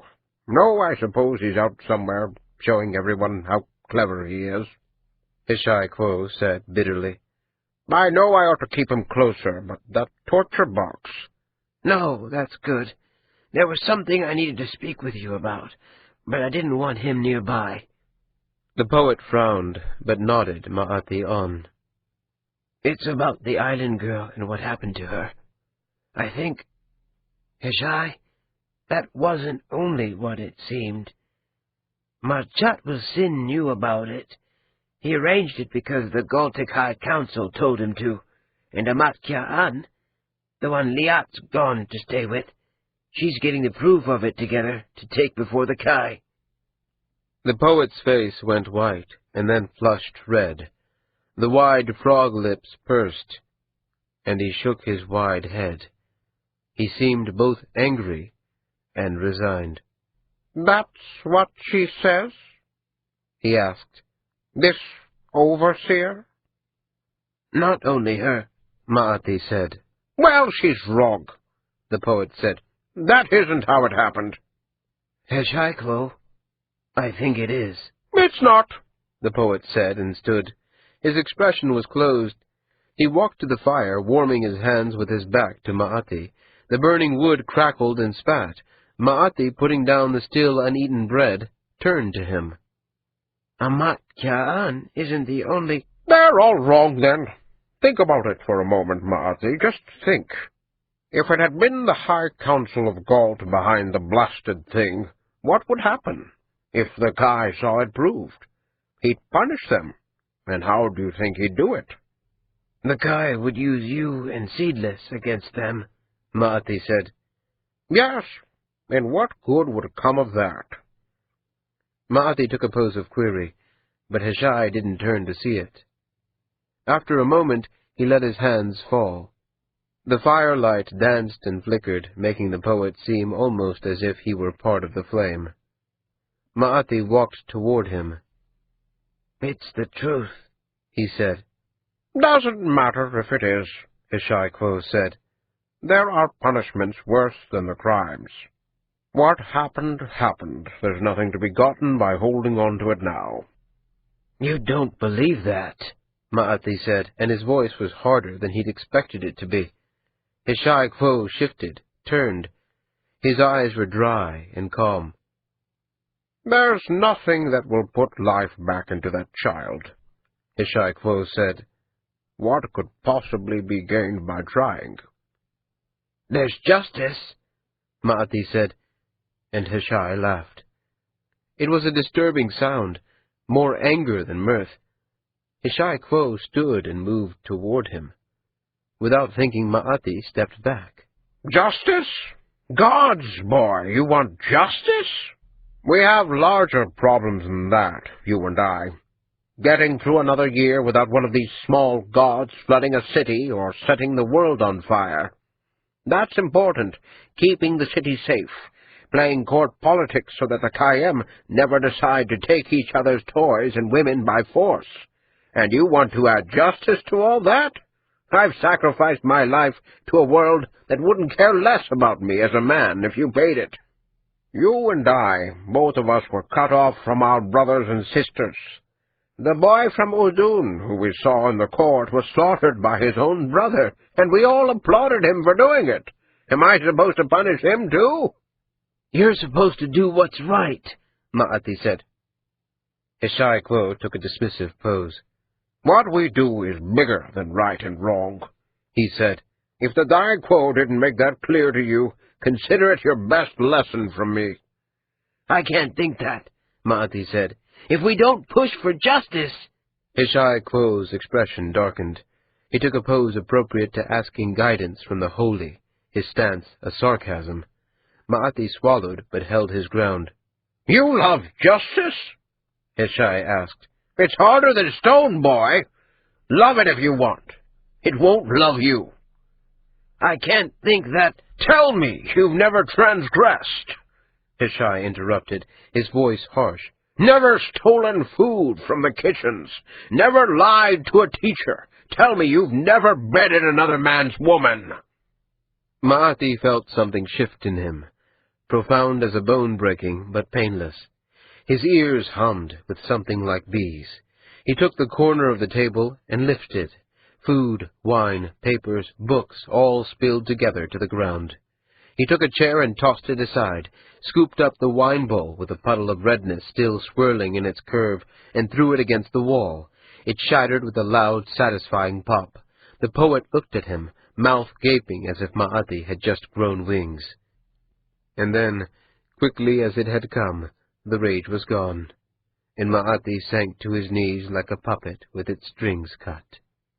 Sobs racked him, as violent as being sick. Ma'ati was only half aware of the poet's footsteps as he came near, as he bent down. The thick arms cradled him, and Ma'ati held Hishai Quo's wide frame and cried into the brown folds of his cloak, while the poet rocked him and whispered, I'm sorry, I'm sorry, I'm sorry. It felt like it would go on forever, like the river of pain could run and run and run and never go dry. It wasn't true. In time, exhaustion, as much as anything else, stilled him. Ma'ati sat beside his master, the overturned table beside them. The fire had burned low while he wasn't watching it. Embers glowed red and gold among ashes still arched in the shapes of the wood they'd once been. Well, Ma'ati said at last, his voice thick, I've just made an ass of myself, haven't I? Hishai Quo chuckled, recognizing the words. Ma'ati, despite himself, smiled. A decent first effort, at least, Hishai Quo said. You'll get better with time. I didn't mean to do that to you, you know. It was unfair bringing Liatkya into it. It's only that. The island girl. If I'd done better work when I first fashioned Seedless, it wouldn't have happened. I just don't want things to get worse. I want it over with. I know, Ma'ati said. They were silent for a time. The embers cooled a shade, the ashes crumbled. They say there's 2 women you don't get past, Hishai Quo said. Your first love and your first sex. And then if it turns out to be the same girl... It is, Ma'ati said. Yes, Hishai said. It was the same for me. Her name was Ariat Miu. She had the most beautiful voice I've ever heard. I don't know where she is now. Ma'ati leaned over and put his arm around Hishai as if they were drinking companions. Hishai nodded as if Ma'ati had spoken. He took a deep breath and let it out slowly. Well, we'd best get this cleaned up before the servants see it. Stoke the fire, would you? I'll get some candles burning. Night's coming on too early these days. Yes, Hishai Quo, Ma'ati said. And Ma'ati? You know I won't tell anyone about this, don't you? Ma'ati took a pose of acknowledgment. In the dim light he couldn't be sure that Hishai had seen it, so he let his hands fall and spoke. Thank you, he said into the dark. They walked slowly, hampered by Liat's wounds. The two mercenaries walked one before and one behind, and Ota walked at her side. At first, near the palaces, he had put his arm around her waist, thinking that it would be a comfort. Her body told him, though, that it wasn't. Her shoulder, her arm, her ribs, they were too tender to be touched, and Ota found himself oddly glad. It freed him to watch the doorways and alleys, rooftops and food carts and firekeepers' kilns more closely. The air smelled of wood smoke from 100 hearths. A cool, thick mist, too dense to be fog, too insubstantial to be rain, slicked the stones of the road and the walls of the houses. In her oversized woolen cloak, Liat might have been anyone. Ota found himself half-consciously flexing his hands, as if preparing for an attack that never came. When they reached the edge of the soft quarter, passing by the door of Amat Kya'an's now empty apartments, Liat motioned to stop. The two men looked to Ota and then each other, their expressions professional and impatient, but they paused. "Are you all right?" Ota asked, his head bent close to the deep cowl of Liat's cloak. "I could get you water." "No," she said.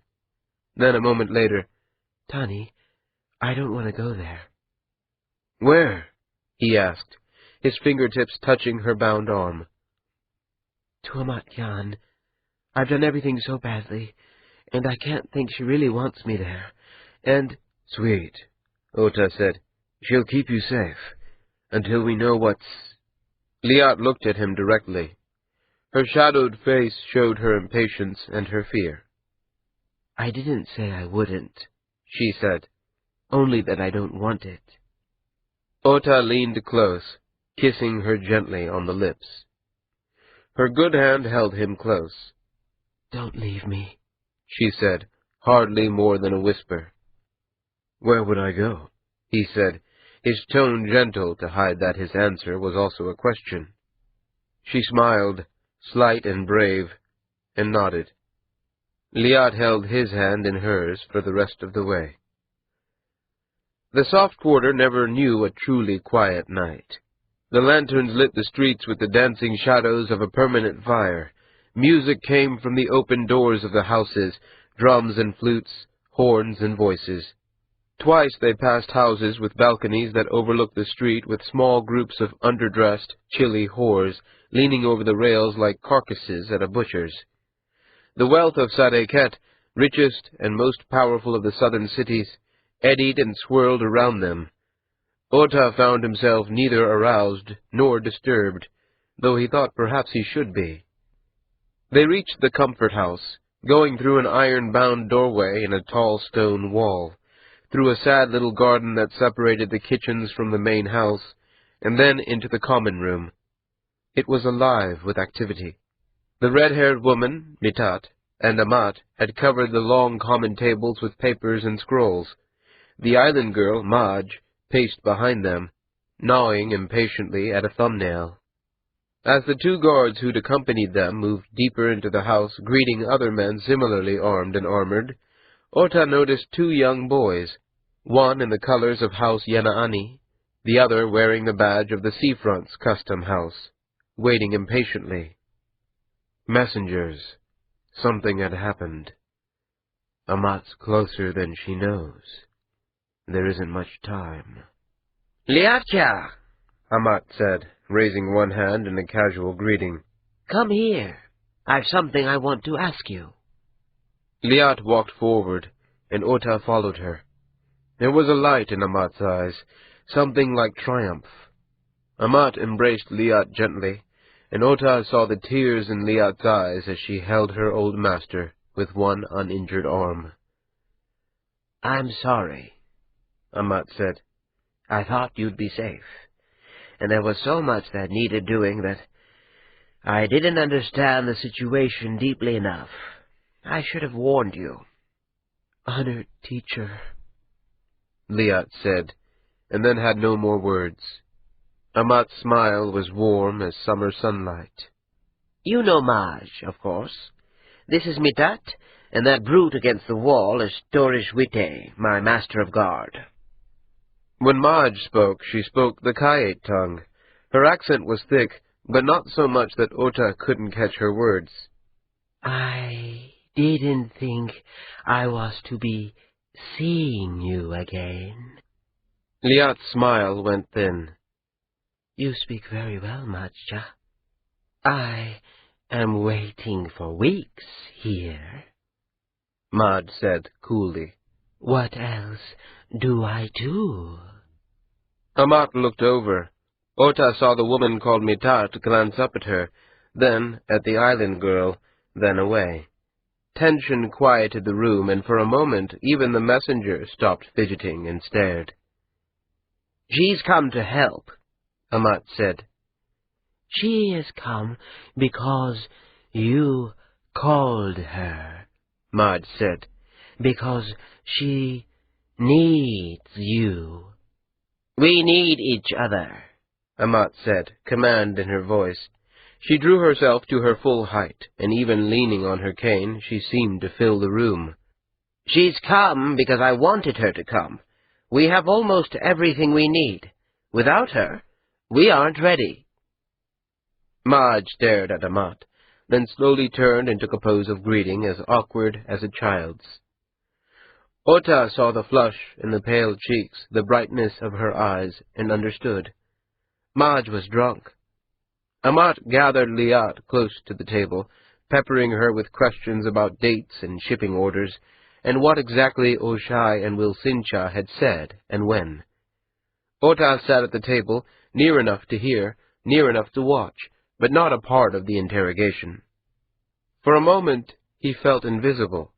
The intensity and excitement, desperation and controlled violence around him became like an epic on a stage. He saw it all from outside. When, unconsciously, he met the island girl's gaze, she smiled at him and nodded, a wordless, informal, unmistakable gesture, a recognition between strangers. She, with her imperfect knowledge of language and custom, couldn't truly be part of the conspiracy now coming near to full bloom before them. He, by contrast, could not, because still heard Seedless laying the consequences of Amat's success before him. "Liat may be killed. Innocent blood will wash Galt. Ma'ati will suffer to the end of his days. I will betray you to your family." And that private knowledge was like an infection. Every step that Amat made brought them one step nearer that end. And to his unease, Ota found that his refusal of the Andat was not so certain a thing as he had thought it. For nearly a quarter candle, Amat and Mitat, Liat, and sometimes even Torishwite chewed and argued. The messengers were questioned, the letters they bore added to the growing stacks, and they were sent away with Amat's replies tucked in their sleeves. Ota listened and watched as the arguments to be presented before the Kai Sadeket became clearer. Proofs of billing, testimonies, collisions of dates and letters from Galt, and Marge, witness and centerpiece, to stand as the symbol of it all. And then the whole web of coincidence, repeated a year earlier, with some other girl who had taken fright, the story said, and escaped. There was no proof, no evidence which in itself showed anything, but like tiled chips in a mosaic, the facts related to one another in a way that demanded a grim interpretation. And only so much proof, of course, was required. Amat's evidence need only capture the imagination of the court, and the avalanche would begin. What she said was true, and once the full powers of the court were involved, Hishai Quo would be brought before it, and Seedless. And the Andat, when forced, would have to speak the truth. He might even be pleased to, bringing in another wave of disaster as a second best to his own release. As the night passed, the moon moving unseen overhead, Liat began to flag. Amat noticed it and met Ota's gaze.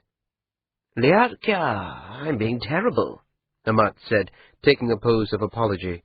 You're hurt and tired, and I've been keeping you awake. Liat made some small protest, but its weakness was enough to show Amat's argument valid. Ota moved to her and helped her to her feet, and Liat, sighing, leaned into him. There's the cot made upstairs, Mitat said, in Amat Shah's rooms. But where will Tani sleep? I'm fine, love, he said, before Amat, clearly surprised by the question, could think to offer hospitality.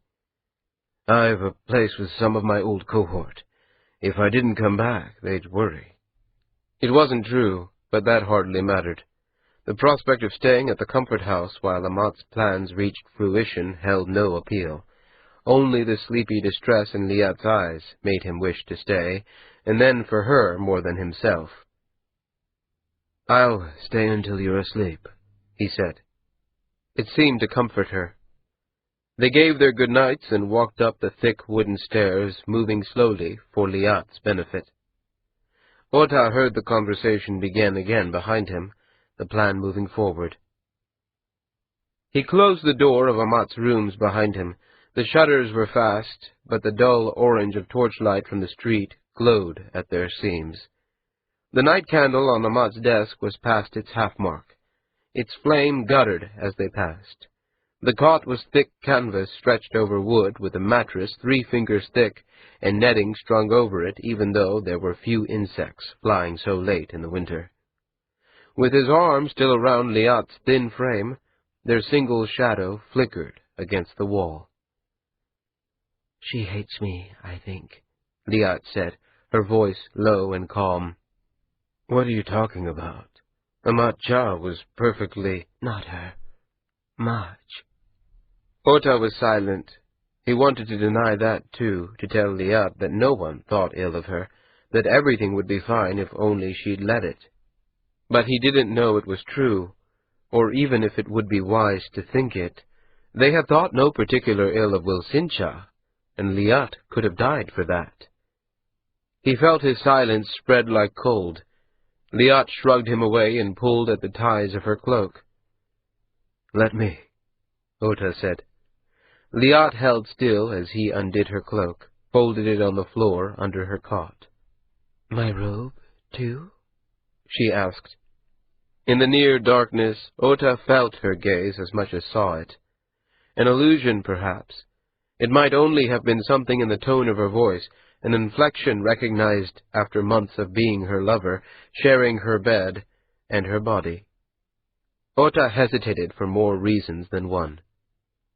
Please? Liat said. You're hurt, love. It was hard enough even walking upstairs. Itani? It's Amat Shah's room. She could come up. She won't be up for hours. Help me with my robe, please. Objections pushed for position, but Ota moved forward, drawn by her need and his own. Carefully he untied the stays of her robes and drew them from her until she stood naked but for her straps and bandages. Even in the dim light he could see where the bruises marked her skin. She took his hand and kissed it, then reached for the stays of his own robe. He did not stop her. It would have been cruel, and even if it hadn't, he did not want to. They made love slowly, carefully, and he thought as much in sorrow as in lust. Her skin was the color of dark honey in the candlelight, her hair black as crow's. When they were both spent, Ota lay with his back to the chill wall, giving Liat as much room on the cot as she needed to be comfortable. Her eyes were only half open, the corners of her mouth turned down. When she shivered, he half rose and pulled her blanket over her. He did not climb beneath it himself, though the warmth would have been welcome. You were gone for so long, Liat said. There were days I wondered if you were coming back. Here I am. Yes, she said. Here you are. What was it like? Tell me everything. And so he told her about the ship, and the feeling of wood swaying underfoot, the creaking of rope, and the constant noise of water. He told her about the courier with his jokes and stories of traveling, and the way Orai had known at once that he'd left a woman behind. About Yalaket, with its tall gray buildings, and the thin lanes with iron gates at the mouth that could lock whole streets up for the night like a single apartment. And he could have gone on. The road to the Dai Quo's village, the mountain, the town of only men, the Dai Quo himself, the odd half-offer to take him back. He might even have gone as far as Seedless's threats, and the realization he was still struggling with, that Itani Noiga would be exposed as the son of the Kai Machi. That if Seedless lived, Itani Noiga would have to die. But Liat's breath was heavy, deep, and regular. When he lifted himself over her, she murmured something and curled herself deeper into the bedding. Ota pulled on his robes. The night candle was past the 3/4 mark. The darkness moved closer and closer to dawn. For the first time, he noticed the fatigue in his limbs. He would need to find some place to sleep, a room perhaps, or one of the sailors' bunks down by the seafront where he'd be sharing a brazier with 9 men who'd drunk themselves asleep the night before. In the buttery light of the common room, the conversation was still going on, but to his surprise, the focus had shifted. Maj, an observer before like himself, was seated across from Amat Ka'an, stabbing at the tabletop with a finger and letting loose a long string of syllables with no clear break between them. Her face was flushed, and he could hear the anger in her voice without knowing the words. Anger and whine. Amat looked up as he descended the stairs. She looked older than usual. Maj followed the old woman's gaze, glanced up at the closed door behind him, and said something else. Amat replied in the same language, her voice calm, but not placating. Maj stood, rattling the bench, and strode to Ota. "Your woman sleeps?" Maj said. "She's asleep, yes." "I have questions. Wake her," Maj said, taking a pose that made the words a command. Her breath was a drunk's. Over her shoulder he saw Amat shake her head no. Ota took a pose of apology. The refusal seemed to break something in Maj, and tears brimmed in her eyes, streaked her cheeks. "Weeks," she said, her tone pleading. "I am waiting for weeks and for nothing. There is no justice here. You people have no justice." Mitat approached them and put her hand on the island girl's arm. Maj pulled away and went to a different door, wiping her eyes on the back of her hand. As the door closed behind her, Ota took a pose of query. "She didn't understand that the Kai Cat might make his own investigation," Mitat said. "She thought he'd act immediately. When she heard that there'd be another delay." "It isn't entirely her fault," Amat said. "This can't have been easy for her, any of it." The Master of Guard, a huge bear of a man, coughed. The way he and Amat considered each other was enough to tell Ota this wasn't the first time the girl had been the subject of conversation. Amat continued, "It will all be finished soon enough. Or our part, at least. As long as she's here to make the case before the Kai, we'll have started the thing. If she goes home after that, she goes home." "And if she leaves before that?" Mitat asked, sitting on the table. "She won't," Amat said. "She's not well, but she won't leave before someone answers for her child." "And Liat? She's resting?" "Yes, Amat-cha," Ota said, taking a pose of thanks. "She's asleep." "Well, Sincha will know by now that she's not going back to his house," Amat said. "She'll need to stay inside until this is over." "Another one? And how long's that going to be, grandmother?" Torishwite asked. Amat rested her head in her hands. She seemed smaller than she had been, diminished by fatigue and years, but not broken. Weary to her bones, perhaps, but unbroken. In that moment, he found that he admired Liat's old teacher very much. "I'll send a runner in the morning," she said. "This time of year, it might take a week before we get an audience." "But we aren't ready," Mitat said. "We don't even know where the first girl is kept, or where she's gone. We won't have time to find her." "We have all the pieces," Amat said. "And what we don't have, the Utkayem will find when the Kai looks into it. It isn't all I'd hoped, but it will do. It will have to." 18. Marchat Wilsin had seen wildfires spread more slowly than the news. Amat Ka'an's petition had reached the servants of the Master of Tides, an idiot title for an overfed secretary, he thought, just before dawn. By the time the sun had risen the width of 2 hands together, a messenger from the compound had come to the bathhouse with a message from Epani. The panicky twig of a man had scratched out the basic information from the petition, his letters so hasty they were hardly legible. Not that it mattered. The word of Amat Ka'an and her petition were enough. It was happening. Epani's letter floated now on the surface of the water. It was a warm bath now that the half-hearted winter was upon them, and steam rose in wisps from the drowned paper. The ink had washed away as he'd watched it, threads of darkness like shadows fading into the clear water. It was over. There was nothing he could do now that would put the world back in its right shape, and in a strange way it was a relief. Night after night since Seedless, that miserable Kayate god-ghost, had come to his apartments, Marchat had lain awake.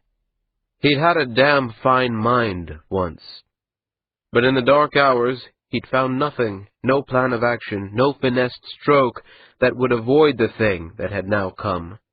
And since there was no halting it, he could at least stop looking. He closed his eyes and let his head sink for a moment under the tiny, lapping waves. Yes, it was a relief that at least now he wouldn't have to try.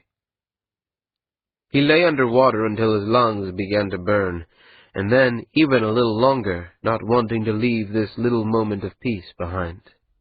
But time and breath being what they were, he rose and tramped up out of the bath. The water streamed off his body, leaving goose-flesh behind it, and he dried himself quickly as he walked into the changing room.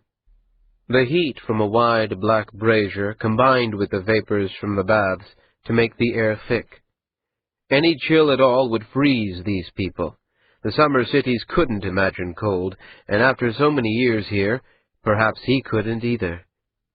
As he pulled on his thick woolen robes, it struck Marchat that he didn't remember the last time he'd seen snow. Whenever it had been, he hadn't known it was the last time he ever would, or he'd have paid it more attention. A pair of men came in together, round-faced, black-haired, speaking as much in gesture as with words. The same as all the others in Sareket. He was the one, pale skin, kinky hair, ridiculously full beard, who stood out. He'd lived here since he'd been a young man, and he'd never really become of the place. He'd always been waiting for the day when he'd be called back to Galt. It was a bitter thought.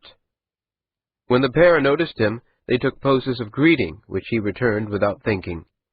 His hand simply knew what to do. He walked back to the compound slowly, not because of the dread, though the gods knew he wasn't looking forward to it, but instead because his failure seemed to have washed his eyes. The sounds and scents of the city were fresh, unfamiliar. When he had been traveling as a young man, it had been like this coming home. The streets his family lived among had carried the same weight of familiarity and strangeness that Sareket now bore. At the time, he'd thought it was only that he had been away, but now he thought it was more that the travels he'd made back then had changed him, as the letter from Epani had changed him again, just now. The city was the same, but he was a new man, seeing it.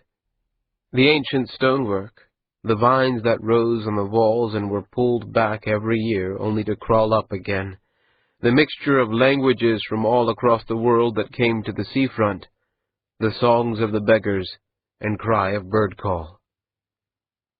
Too soon he was back at his own compound, where the Galtic tree stood as it always had in the main courtyard, the fountain splashing behind it. He wondered who would take the place once he'd gone. Some other poor bastard whom the family wanted rid of, some boy desperate to prove his worth in the wealthiest, most isolated position in the house. If they didn't tear the place down stone by stone and burn the rubble. That was another distinct possibility. Epani waited in his private chambers, wringing his hands in distress. Marchat couldn't bring himself to feel anything more than a mild annoyance at the man. Wilsinja, I've just heard. The audience was granted. 6 days. It's going to come in 6 days. Marchat put up his hand, palm out, and the cicada stopped whining.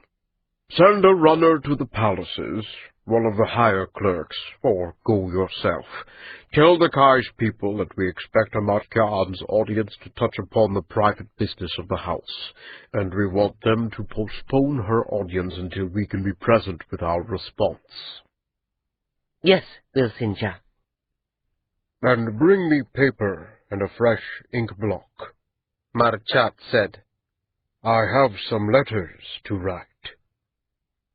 There must have been something in his tone, a certain gravity perhaps, that reassured the overseer, because Epani dropped into a pose of acknowledgment and scurried out with a sense of relief that was almost palpable. Marchat followed him far enough to find a servant who could fetch him some mulled wine, then returned to his desk and prepared himself. The tiny flask in the thin drawer at his knee was made of silver, the stopper sealed with green wax. When he shook it, it clinked like some little piece of metal was hidden in it, and not a liquid at all. It was a distillation of the same drugs comfort houses in the soft quarter used to make exotic wines. But it was, of course, much too potent. This thumbful in his palm was enough to make a man sleep forever. He closed his fingers over it. This wasn't how he'd wanted it, but it would do. He put the flask back in its place as Epani Cha arrived, paper and ink block and fresh pens in his hands.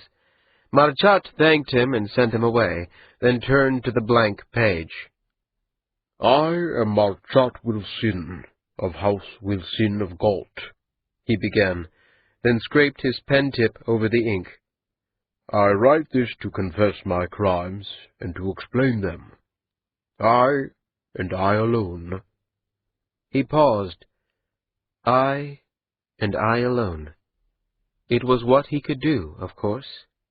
He could eat the sin and save those less innocent than himself from punishment. He might save Galt from the wrath of the Khayyam. For the first time since he'd read Epani's scratched, fear-filled words, Marchat felt a pang of sorrow. It was a bad time, this, to be alone. The servant arrived with his wine, and Marchat drank it slowly, looking at the few words he'd written. He'd invented the whole tale, of course. How he'd hoped to shift the balance of trade away from Sadeket, and so end his exile. How he had fed himself on foolish hopes and dreams and let his own evil nature carry him away. Then he'd apologize to the Kai for his sins, confess his cowardice, and command his fortune to the island girl, Maj, who he had wronged, and to Amatkaan, whose loyalty to him had led her to suspect those in Galt who could command him, since she would not believe the sickness of the plan to be his own. The last part was, he thought, a nice touch, recasting Amat as a woman so loyal to him, so in love with him, that she didn't see the truth clearly. He felt sure she'd appreciate the irony. I, and I alone. He took the barely started confession, blew on it to cure the ink, and set it aside for a time. There was no hurry. Any time in the next 6 days would suit, as well perhaps more if the Kai let him stall Amat and cheat the world out of a few more sunsets. And there were other letters to write. Something to the family back in Galt, for instance, an apology to the High Council for his evil plans that the Utkayem might intercept, or something more personal, something, perhaps, real. He drew his pen across the ink and set the metal nib to a fresh sheet. Amat, my dear old friend, you see what I'm like? Even now, at this last stop on the trail, I'm too much the coward to use the right words. Amat, my love. Amat, who I never did tell my heart to for fear she'd laugh, or, worse, be polite. Whoever would have thought we'd come to this? Ota woke late in the afternoon from a heavy, troubled sleep. The room was empty, the inhabitants of the other bunks having gone their ways. The brazier was cool, but the sun glowed against a window covering of thin, stretched leather. He gathered his things from the thin space between himself and the wall where someone would have had to reach over his sleeping body to steal them. Even so, he checked. What money he'd had before, he had now. He dressed slowly, waiting for half-remembered dreams to dissolve and fade. There had been something about a flood, and feral dogs drowning in it. The streets of the seafront were busy, even in winter. Ships arrived and departed by the spare handful, heading mostly south for other warm ports. The journey to Yalaket would have been profoundly unpleasant even now. At one of the tall, thin tables by the wharves, he bought a small sack of baked apple slices covered in butter and black sugar, tossing it from one hand to the other as the heat slapped his palms. He thought of Orai and Machi and the deep, biting cold of the far north. It would, he thought, make apples taste even better. The scandal in every tea-house, around every firekeeper's kiln, on the corners and in the streets, was the petition of Amat Ka'an to speak before the Kai. The petition to speak against House Wilsin. Ota listened and smiled his charming smile without ever once meaning it. She was going to disclose how the house had been evading taxes, one version said. Another had it that the sad trade that had gone wrong was more than just the work of the Andat. A rival house had arranged it to discredit Wilsin, and Amat was now continuing the vendetta, still in the pay of some unknown villain. Another that Amat would show that the island girl's child had truly been Marchat Wilsin's, or the Kai Sadeket's, or the get of some other Kai, killed so that the Kayam wouldn't have to suffer the possibility of a half-Nipu poet. It was no more or less than any of the other 1,000 scandals and occasions of gossip that stirred the slow blood of the city. Even when he came across people he knew, faces he recognized, Ota kept his own counsel. It was coming soon enough, he thought. The sun was falling in the west, vanishing into the low hills and cane fields, when Ota took himself up the wide streets toward the palaces of the Kai, and through those high gardens to the poet's house. Set off from the grandeur of the halls of the Kai and the Utkayem, the poet's house seemed small and close and curiously genuine in the failing light. Ota left the bare trees behind and walked over the wooden bridge, koi popping sluggishly at the water as he passed. Nothing ever froze here. Before he'd reached the doors, Ma'ati opened them. The waft of air that came with him was warm and scented with smoke and mulled wine. Ma'ati took a pose of greeting appropriate for a student to an honored teacher, and Ota laughed and pushed his hands aside. It was only when Ma'ati didn't laugh in return that he saw the pose had been sincere. He took one of apology, but Ma'ati only shook his head and gestured him inside. The rooms were more cluttered than usual, books, papers, a pair of old boots, half the morning's breakfast still uneaten. A small fire burned, and Ma'ati sat down in one of the 2 chairs that faced it. Ota took the other. "You stayed with her last night?" Ma'ati asked. "Most of it," Ota said, leaning forward. "I rented a bunk by the seafront. I didn't want to stay in the comfort house. You heard that, Amatyan? Yes. I think they brought word to Hishai-Kwo before they told the Kai. How did he take it? He's gone off to the soft quarter. I doubt he'll come back soon. He's going to Amatyan?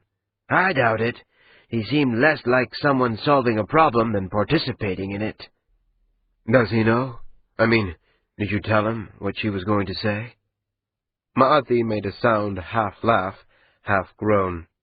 Yes, he didn't believe it. Or he did, but he wouldn't admit to it. He said that justice wasn't worth the price. I can't think that's true, Ota said. Then, but maybe there's no justice to be had. There was a long pause. There was a deep cup of wine, Ota saw, near the fire. A deep cup, but very little wine in it. And how did you take the news? He asked. Ma'ati shrugged. He looked tired, unwell.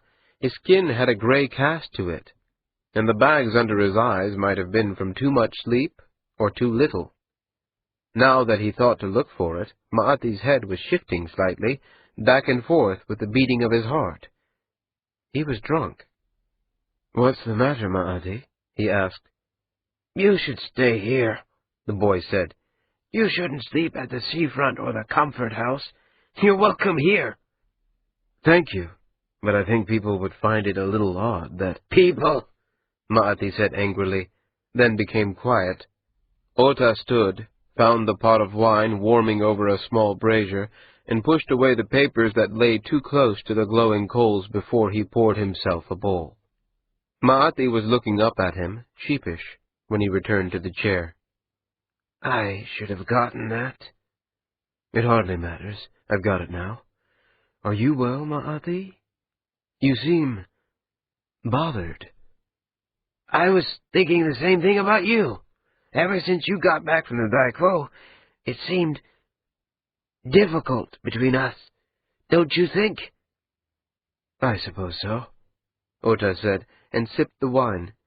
It was hot enough to blow across before he drank it, but it hadn't been cooking so long that the spirit had been burned out of it. The warmth of it in his throat was comfortable. It's my fault. There are things I've been trying not to look at too closely. Uri said that the sea travel changes you, changes who you are. It may not be only that, Ma'ati said softly. No? Ma'ati sat forward, his elbows on his knees, and looked into the fire as he spoke.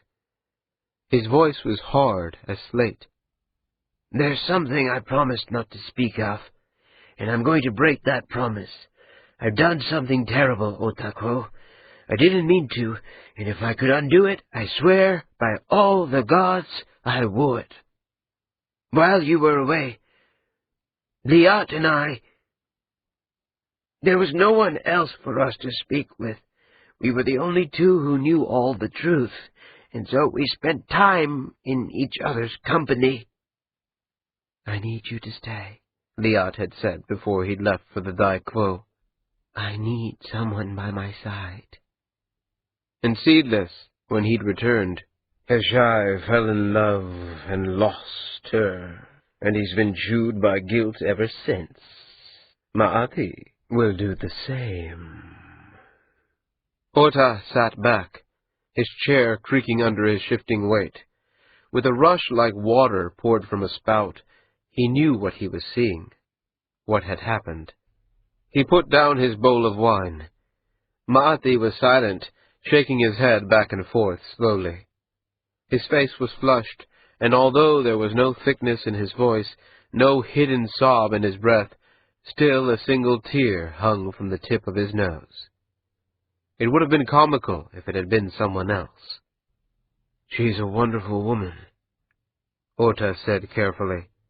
Sometimes, maybe, a little difficult to trust, but still a good woman. Ma'ati nodded. Perhaps I should go, Ota said softly. I'm so sorry, Ma'ati whispered to the fire.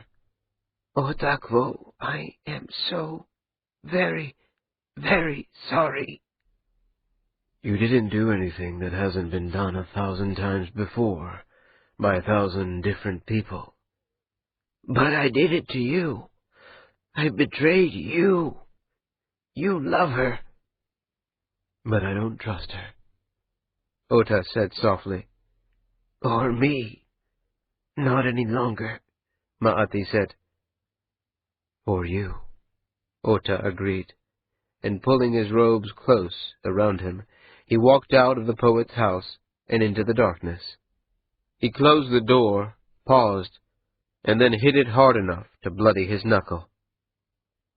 The pain in his chest was real, and the rage behind it, and also, strangely, an amusement and a sense of relief.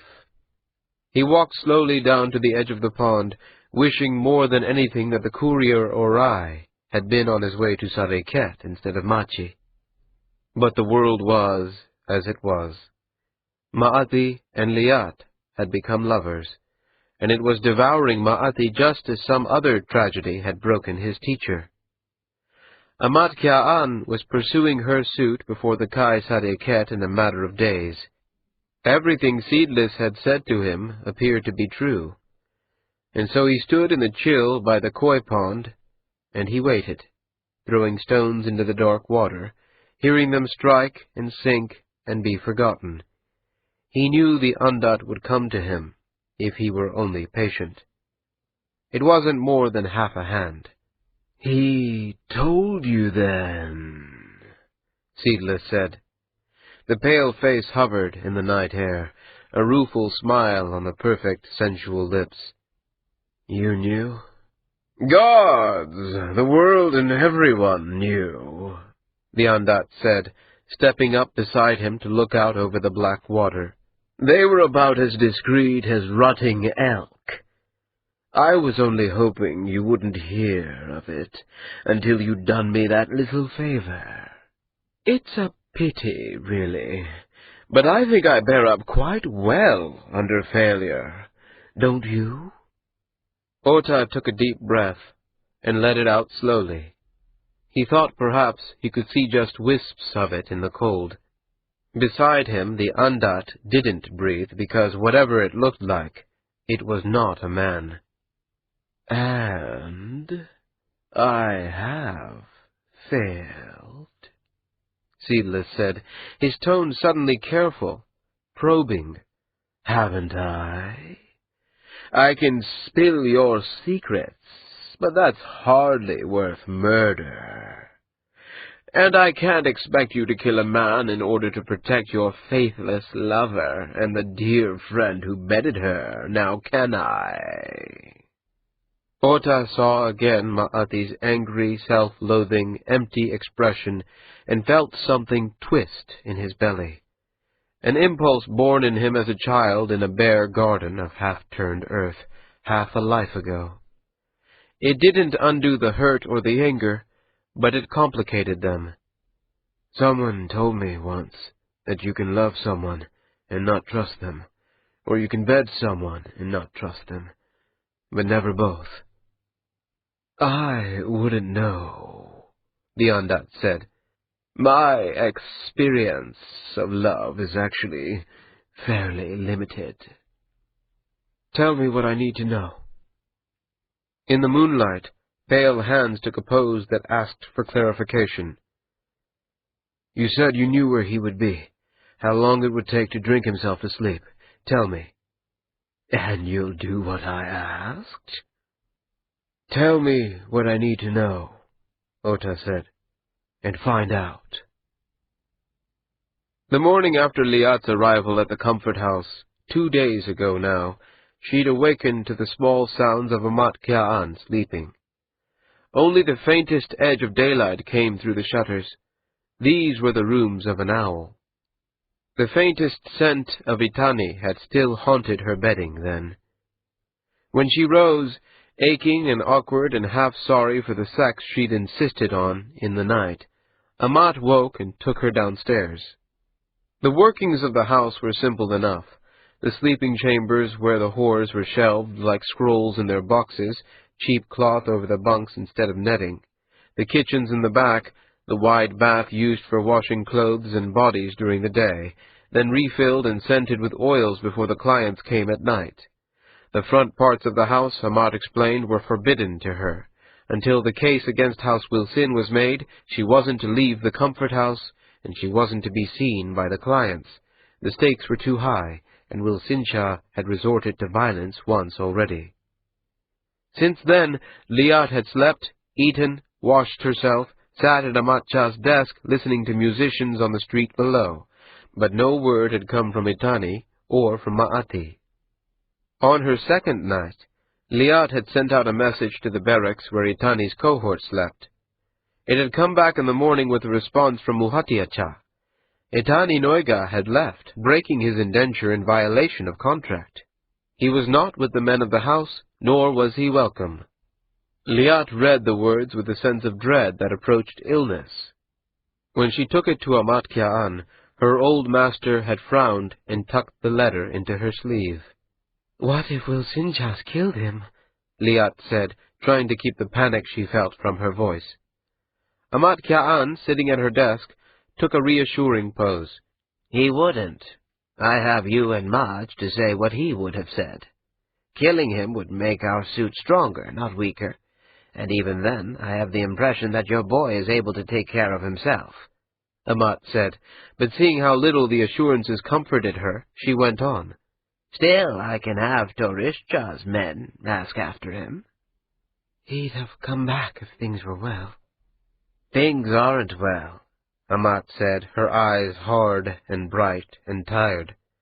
"But that doesn't mean he's in danger. Still, perhaps I should have had him stay as well. Have you sent to the poet's boy? Perhaps Ma'ati heard of him. He might even be staying there." Amat took her cane and rose, gesturing at the desk, fresh paper and ink. "I have some things to attend to," she said. "Use what you need and we'll send him a runner." Liat took a pose of gratitude and sat, but when she took up the pen, her hand trembled. The nib hovered just over the page, waiting, it seemed, to see which name she would write. In the end, it was Ma'ati's name on the outside leaf. She wanted to be sure that someone would read it. With the runner gone, Liat found there was little to do but pace. At first, she walked the length of Amat's rooms, then, as the day moved past its midpoint, her anxiety drove her downstairs. The common room smelled of roast pork and wine, and platters of bones still sat on the tables waiting to be cleared away. The whores were asleep, the men who worked the front rooms either sleeping in bunks as well, or gone off to apartments away from the house. The soft quarter ran on a different day than the world Liat knew. Daylight here meant rest and sleep. That Amat was awake and out of the house with Mitat and an armed escort meant that her old teacher was missing sleep. There were only 5 days until the case was to be made before the Kai Sadeket. Liat walked through the empty common room, stopping to scratch an old black dog behind the ear. It would be easy to step out the back as if going to the kitchens, and then out to the street. She imagined herself finding Itani, bringing him back to the safety of the comfort house. It was a bad idea, of course, and she wouldn't go. But the dream of it was powerful. The dream that she could somehow make everything come out right. It was a small sound, hardly more than a sigh, that caught her attention. It had come from the long alcove in the back, from among the sewing benches and piles of cloth and leather, where, according to Amat Kya'an, the costumes and stage props of the house were created. Liat moved toward it, walking softly. Behind the unruly heaps of cloth and thread, she found Maj, sitting cross-legged, her hair pulled back. Her hands worked with something in her lap, and her expression was of such focus that Liat was almost afraid to interrupt. When Maj's hands shifted, she caught a glimpse of a tiny loom and black cloth. "What is it?" Liat asked, pushed to speak by curiosity and her own buzzing, unfocused energy. "Mourning cloth," Maj said without looking up. Her accent was so thick, Liat wasn't entirely sure she'd understood her until Maj continued. for the dead child. Liat came closer. The cloth was thin and sheer, black, worked with tiny beads of clear glass in a pattern of surprising subtlety. Folds of it rested between Madge's leg. "It's beautiful," Liat said. Madge shrugged. "It feels time. I am working on it for weeks now." Liat knelt. The pale eyes looked up at her, questioning, maybe challenging, then returned to the small loom. Liat watched Madge's hands shifting thread and beads in near silence. It was very fine thread, the sort that might not make more than 2 or 3 handspans of cloth in a whole day's work. Liat reached out and ran her fingers along the folds of finished cloth. It was as wide as her 2 hands together, and long, she guessed, as Madge was tall. "How long do you make it?" "Until you finish," Madge said. "Usually is something to make while the pain is fresh. When done with a day's work, make cloth. When wake up in the middle night, make cloth. When time comes you want to go sing with friends or swim in quarry pond and not make cloth, it's time to stop weaving." "You've made these before? Morning cloths?" "For mother, for brother. I am much younger then," Madge said, her voice heavy and tired. "Their cloth smaller." Liat sat, watching as Madge threaded beads and worked them into the black patterns, the loom quiet as breathing. Neither spoke for a long time. "I'm sorry," Liat said at last, "for what happened." Was your plan?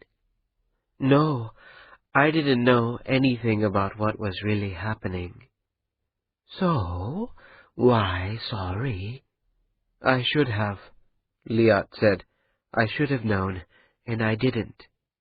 Madge looked up and put the loom aside. "And why did you not know?" she said, her gaze steady and accusing. "I trusted Wilsincha," Liat said. "I thought he was doing what you wanted. I thought I was helping." "And is this Wilson who does this to you?" Madge asked, gesturing at the bandages and straps on Liat's shoulder. "His men, or that's what Amatcha says." "And you trust her?" "Of course, don't you?" "I am here for a season, more than a season. At home, when a man does something evil, the Ethiopia pass judgment, and like this." Madge clapped her hands. "He is punished. Here it is weeks living in a little room, waiting, listening to nothing happen and waiting. And now they say that the Kai, he may take his weeks to punish who killed my baby. Why wait except he doesn't trust Amat Khan? And if he doesn't, why do I stay? Why am I waiting, if not for justice done?" "It's complicated," Liat said. "It's all complicated." Madge snorted with anger and impatience. "It's simple," she said. "I thought before, perhaps you know back then, perhaps you come now to keep the thing from happening, but instead I think you are just stupid, selfish, weak girl. Go away, I am weaving." Liat stood, stung. She opened her mouth as if to speak, but there was nothing she could think to say. Madge spat casually on the floor at her feet. Liat spent the next hours upstairs, out on the deck that overlooked the street, letting her rage cool. The winter sun was strong enough to warm her as long as the air was still. The slightest breeze was enough to chill her. High clouds traced scratch marks on the sky.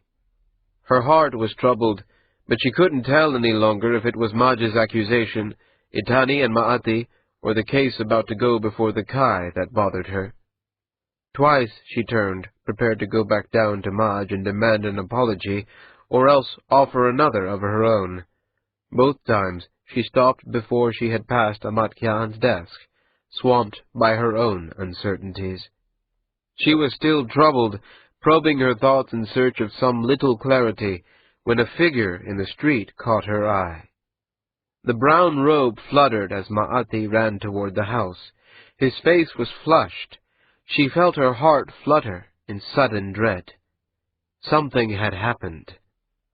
She took the wide wooden stairs 3 at a time, rushing down into the common room.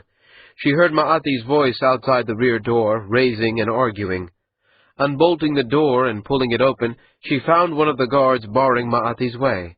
Maati was in a pose of command, demanding that he be let in. When he saw her, he went silent, and his face paled. Liat touched the guard's arm. "Please," she said, "he's here for me." The old woman didn't say anything about him, the guard said. "She didn't know. Please. She'd want him to come through." The guard scowled, but stood aside. Maati came in. He looked ill, eyes glassy and bloodshot, skin gray. His robes were creased and wrinkled, as if they'd been slept in. Liat took his hand in her own without thinking. "I got your message," Maati said. "I came as soon as I could. He isn't here?" "No," Liat said. "I thought since he stayed with you after he came back from the Daiklo, maybe he'd come to you, and—" "He did," Maati said, and sat down. "After he brought you here, he took a bunk at the seafront. He came to see me last night." "He didn't stay?" Maati pressed his lips thin and looked away. She was aware of Maj, standing in the alcove watching them, but the shame in Maati's face was too profound for her to care what the islander made of this. Liat swallowed, trying to ease the tightness in her throat. Maati carefully, intentionally, released her hand from his. She let it drop to her side. "He found out?" Liat asked, her voice small. "He knows what happened?" "I told him," Maati said. "I had to. I thought he would come back here, that he'd be with you." "No, he never did." "Do you think? If Wilsin found him?" "Amat doesn't think Wilsin could do anything against him. There's nothing to gain from it. More likely, he only doesn't want to see us." Maati sank to a bench, his head in his hands. Liat sat beside him, her unwounded arm around his shoulders. Itani was gone, lost to her. She knew it like her own name. She rested her head against Maati and closed her eyes, half desperate with the fear that he would go as well. "Give him time," she murmured. "He needs time to think. That's all. Everything is going to be fine." "It isn't," Maati said. His tone wasn't despairing or angry, only matter-of-fact. "Everything is going to be broken, and there's nothing I can do about it." She closed her eyes, felt the rise and fall of his breath, like waves coming to shore. Felt him shift as he turned to her and put his arms around her. Her wounds ached with the force of his embrace, but she would have bitten her tongue bloody before she complained. Instead, she stroked his hair and wept. "Don't leave me," she said. "I couldn't stand to lose you both." "I'll stop breathing first," Maati said. "I swear I'll stop breathing before I leave you. But I have to find Otako." The painful, wonderful arms unwrapped, and Maati stood. His face was serious to the point of grave. He took her hand. "If Otakwo, if the two of you cannot reconcile, Liat, I would be less than whole without you. My life isn't entirely my own. I have duties to the Daikwo and the Kayam, but what is mine to choose, I'd have you be part of. Liat blinked back tears. You would choose me over him? The words shook him, she could see that. For a moment she wanted more than anything to unsay them, but time only moved forward. Ma'ati met her gaze again. I can't lose either of you, he said. What peace Otakwo and I make, if we can make any, is between the two of us. What I feel for you, Liat, I could sink my life on those rocks. You've become that much to me. If you stay with me, I will be your friend forever. It was like pouring cool water on a burn. Liat felt herself sink back. Go then, find him if you can, and tell him how sorry I am, and whether you do or not, come back to me, Ma'ati. Promise you'll come back. It was still some minutes before Ma'ati tore himself away and headed out into the streets of the city. Liat, after he had gone, sat on the bench, her eyes closed, observing the roiling emotions in her breast. Guilt, yes, but also joy. Fear, but also relief. She loved Ma'ati. She saw that now, as she had loved Itani once, when they had only just begun.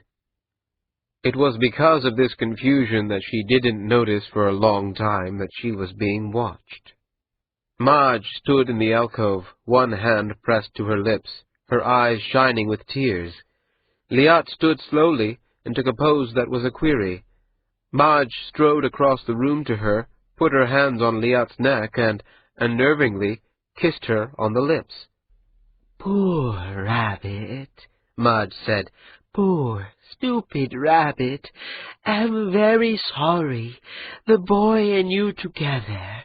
It makes me think of the man who I was, of the father, before I call you stupid and selfish and weak, because I am forgetting what it is to be young.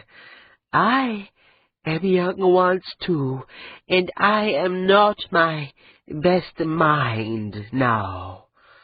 What I say to hurt you, I take back, yes? Liat nodded, recognizing the apology in the words, if not the whole sense of them.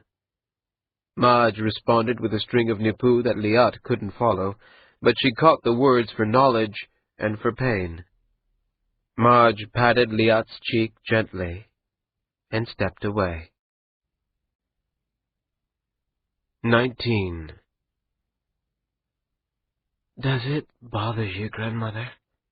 Mitat asked as they walked down the street. She spoke softly, so that the words stayed between the two of them, and not so far forward as the two mercenary guards before them, or so far back as the two behind. I can think of a half-dozen things you might mean, Amat said. Speaking against Will Sin. Of course it does, Amat said, but it isn't something I chose. It's only that House Will Sin was good to you for so long. It was like family, wasn't it? To make your own way now. Amat narrowed her eyes. Mitat flushed and took a pose of apology, which she ignored. This isn't a conversation about me, is it? Amat asked. Not entirely, Mitat said. The breeze blowing in from the sea chilled her, and the sun, already falling to the horizon, did nothing more than stretch the shadows and redden the light. The banners over the watch-house fluttered, the mutter of cloth like voices in another room. Her guards opened the door, nodded to the watchman inside, and gestured Amat and her aide, her friend, her first real ally in the whole sour business, through. Amat paused. If you're thinking of leaving, you and your man, I want two things of you. First, wait until the suit is presented. Second, let me make an offer for your time. If we can't negotiate something, you can go with my blessings." "The terms of my indenture were harsh, and you could—" "Oh, don't be an ass," Amat said. "That was between you and Oviniit. This is between us, not the same thing at all." Mitat smiled, a little sadly, Amat thought, and took a pose that sealed an agreement. In the watch-house, Amat paid her dues, signed and countersigned the documents, and took her copy for the records of the house. For another turn through the moon's phases, she and her house were citizens in good standing of the South Quarter. She walked back to the house with her 5 companions, and yet also very much alone. The scent of garlic sausages tempted her as they passed an old man and his cart, and Amat wished powerfully that she could stop, send away the men and their knives, and sit with Mitat talking as friends might. She could find what price the woman wanted to stay. Whatever it was Amat expected, she'd be willing to pay it.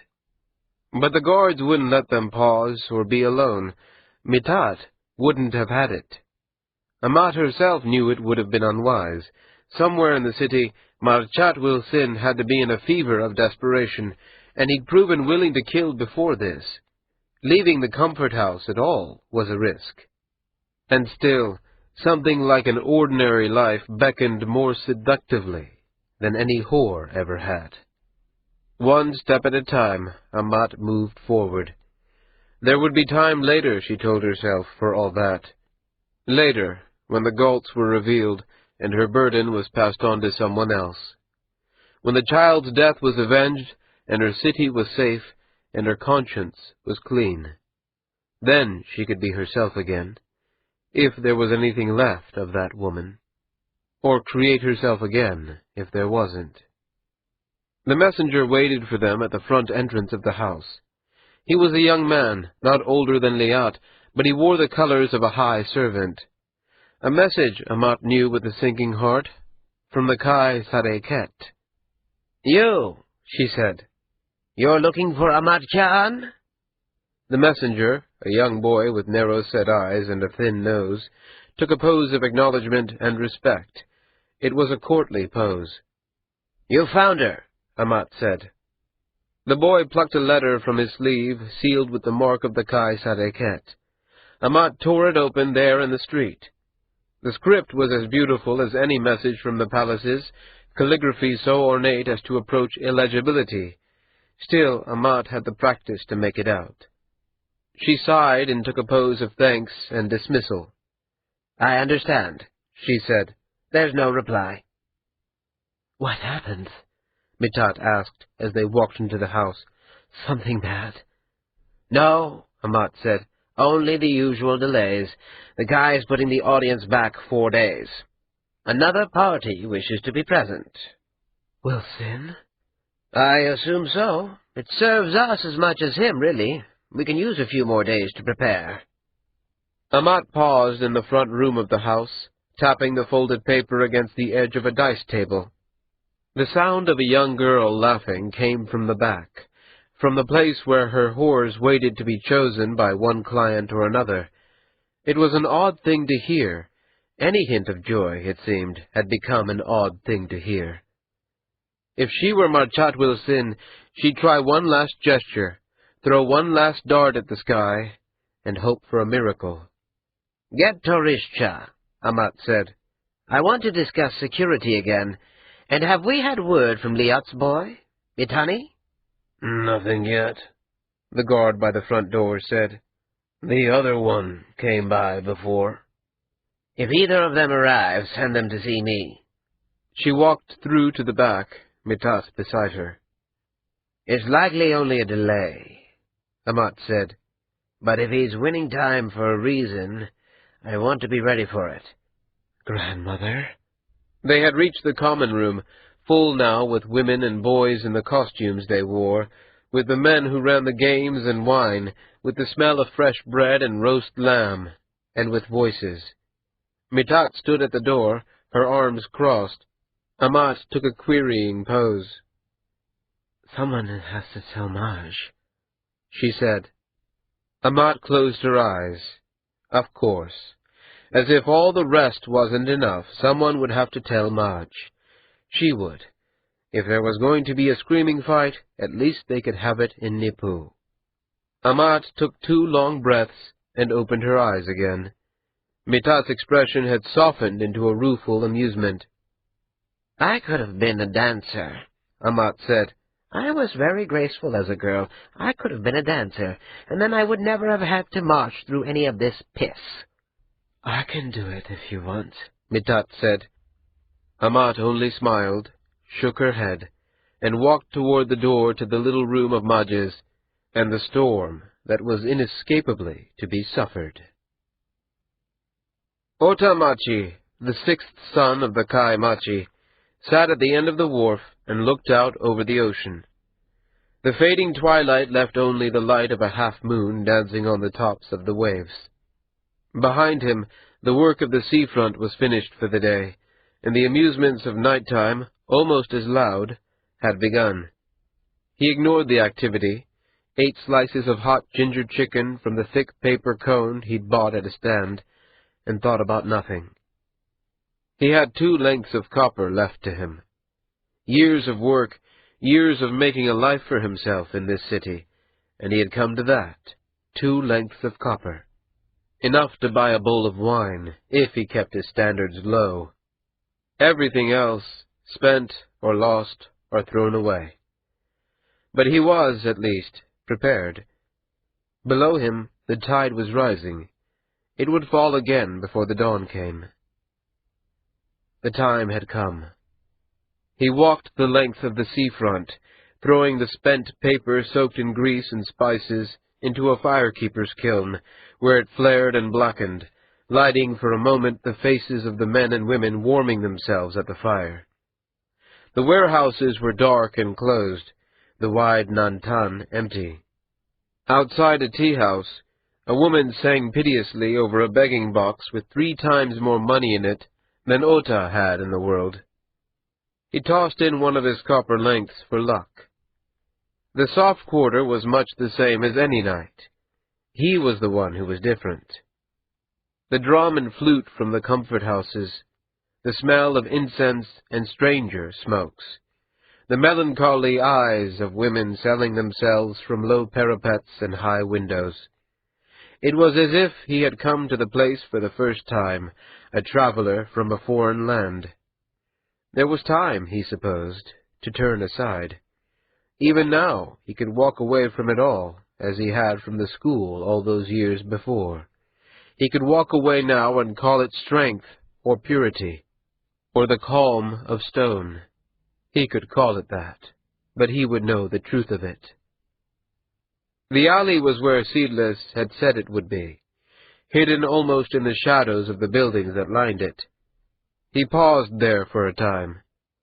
Far down in the darkness a lantern glowed without illuminating anything but itself. A show fighter lumbered past, blood flowing from his scalp. 2 sailors across the street pointed at the wounded man, laughing. Ota stepped into darkness. Mud and filth slid under his boots like a riverbed. The lantern grew nearer, but he reached the door the Andat had described before he reached the light. He pressed his hand to it. The wood was solid. The lock was black iron. The light glimmering through at the edges of the shutters showed that a fire was burning within. The poet in his private apartments, the place where he hid from the beauty of the palaces and the house that had come with his burden. Ota tried the door gently, but it was locked. He scratched at it and then rapped, but no one came. With a knife, he could have forced the lock, unhinged the door. A man drunk enough might even have slept through it, but he would have had to come much later. The Andat had told him not to go to the hidden apartment until well past the night candle's middle mark, and it wasn't to the 1st quarter yet. "Heshikwo?" he said, not shouting, but his voice loud enough to ring against the stonework around him. "Open the door!" For a long moment he thought no one would come. But then the line of light that haloed the shutters went dark. A bolt shot with a solid click, and the door creaked open. The poet stood silhouetted. His robes were disheveled as his hair. His wide mouth was turned down in a heavy scowl. "What do you think you're doing here?" "We need to talk," Ota said. "No, we don't," the poet said, stepping back and starting to pull the door closed. "Go away!" Ota pushed in, first squaring his shoulder against the door, and then leaning in with his back and legs.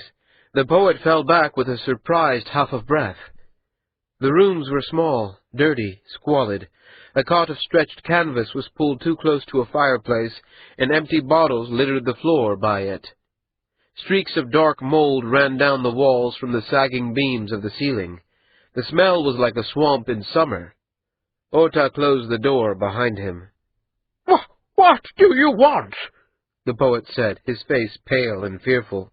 "We need to talk," Ota said again. "Seedless told me where to find you. He sent me here to kill you." "Kill me?" Hishai repeated, and then chuckled. The fear seemed to drain away, and a bleak amusement took its place. "Kill me? Gods!" Shaking his head, the poet lumbered to the cot and sat. The canvas groaned against its wooden frame. Ota stood between the fire and the doorway, ready to block Hishai if he bolted. He didn't. "So, you've come to finish me off, eh? Well, you're a big, strong boy. I'm old and fat and more than half drunk. I doubt you'll have a problem." "Seedless told me that you'd welcome it," Ota said. "I suspect he overstated his case, eh? Anyway, I'm not his puppet." The poet scowled, his bloodshot eyes narrowing in the firelight. Ota stepped forward, knelt as he had as a boy at the school, and took a pose appropriate to a student addressing a teacher. "You know what's happening. Amat Khan's audience before the Kai Sadeket. You have to know what would happen." Slowly, grudgingly, Hishai took an acknowledging pose. "Seedless hoped that I would kill you in order to prevent it, but I find I'm not a murderer," Ota said. "The stakes here, the price that innocent people will pay, and the price Ma'ati will pay, it's too high. I can't let it happen." "I see," Hishai said. He was silent for a long moment, the ticking of the fire the only sound. Thoughtfully he reached down and lifted a half-full bottle from the floor. Ota watched the old man drink, the thick throat working as he gulped the wine down. Then, "And how do you plan to reconcile these two issues, eh?" "Let the Ondat go," Ota said. "I've come to ask you to set Seedless free." "That simple, eh?" "Yes." "I can't do it."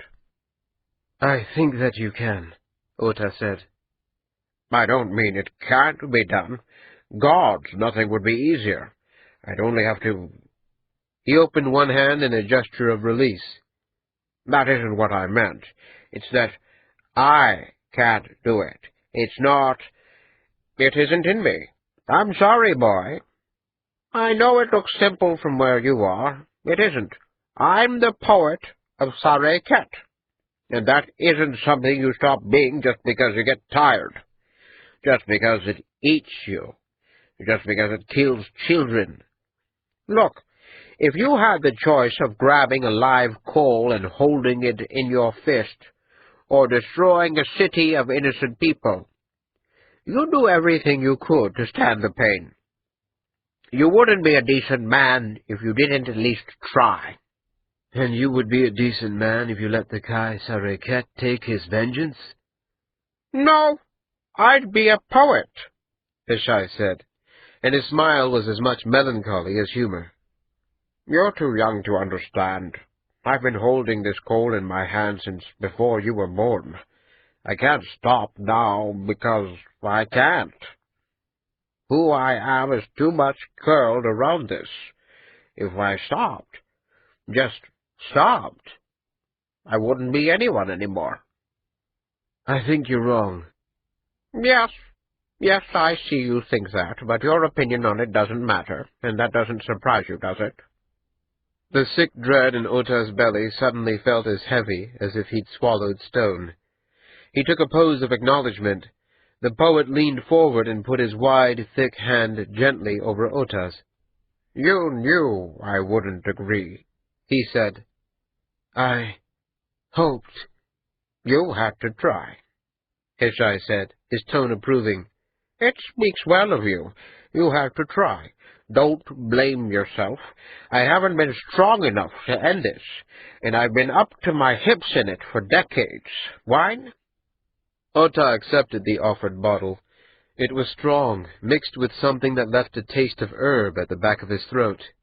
He handed it back. Warmth bloomed in his belly.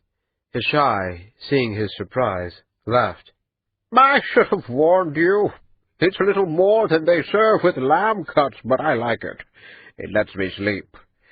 So, if you don't mind my asking, what made our mutual acquaintance think you'd do his killing for him?" Ota found himself telling the tale, his own secret and Wilsin's, the source of Liat's wounds and the prospect of Ma'ati's.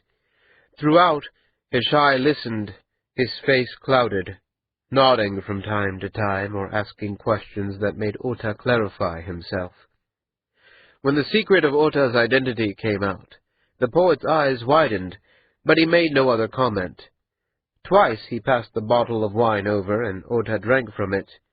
It was strange, hearing it all spoken, hearing the thoughts he'd only half-formed made real by the words he found to express them. His own fate, the fate of others, justice and betrayal, loyalty, and the changes worked by the sea. His wine and the fear and the pain and dread in Ota's guts turned the old man into his confessor, his confidant, his friend, even if only for the moment. The night candle was close to the halfway mark when he finished it all, his thoughts and fears, secrets and failures, or almost all. There was one left that he wasn't ready to mention, the ship he'd booked 2 passages on with the last of his silver, ready to sail south before the dawn. A small Westland ship, desperate enough to ply winter trade where the waters never froze. An escape ship for a murderer and his accomplice, that he held still to himself. "Hard," the poet said. "Hard. Marty's a good boy. Despite it all, he is good, only young." "Please, Hishai-Quo," Ota said. "Stop this thing." "It's out of my hands. And really, even if I were to let the beast slip, your whoremonger sounds like she's good enough to tell a strong story. The next undat that Dai-Quo sends might be just as terrible, or another Kai could be pressed into service, meting out vengeance on behalf of all the cities together. Killing me might spare Ma'azi and keep your secrets, but Liat, the Galts... "I thought of that." "Anyway, it's too late for me. Shifting names, changing who you are, putting lives on and off like fine robes. That's a young man's game. There's too many years loaded on the back of my cart. The weight makes turning tricky." "How would you have done it, if you did?" "Do what?" "Kill me."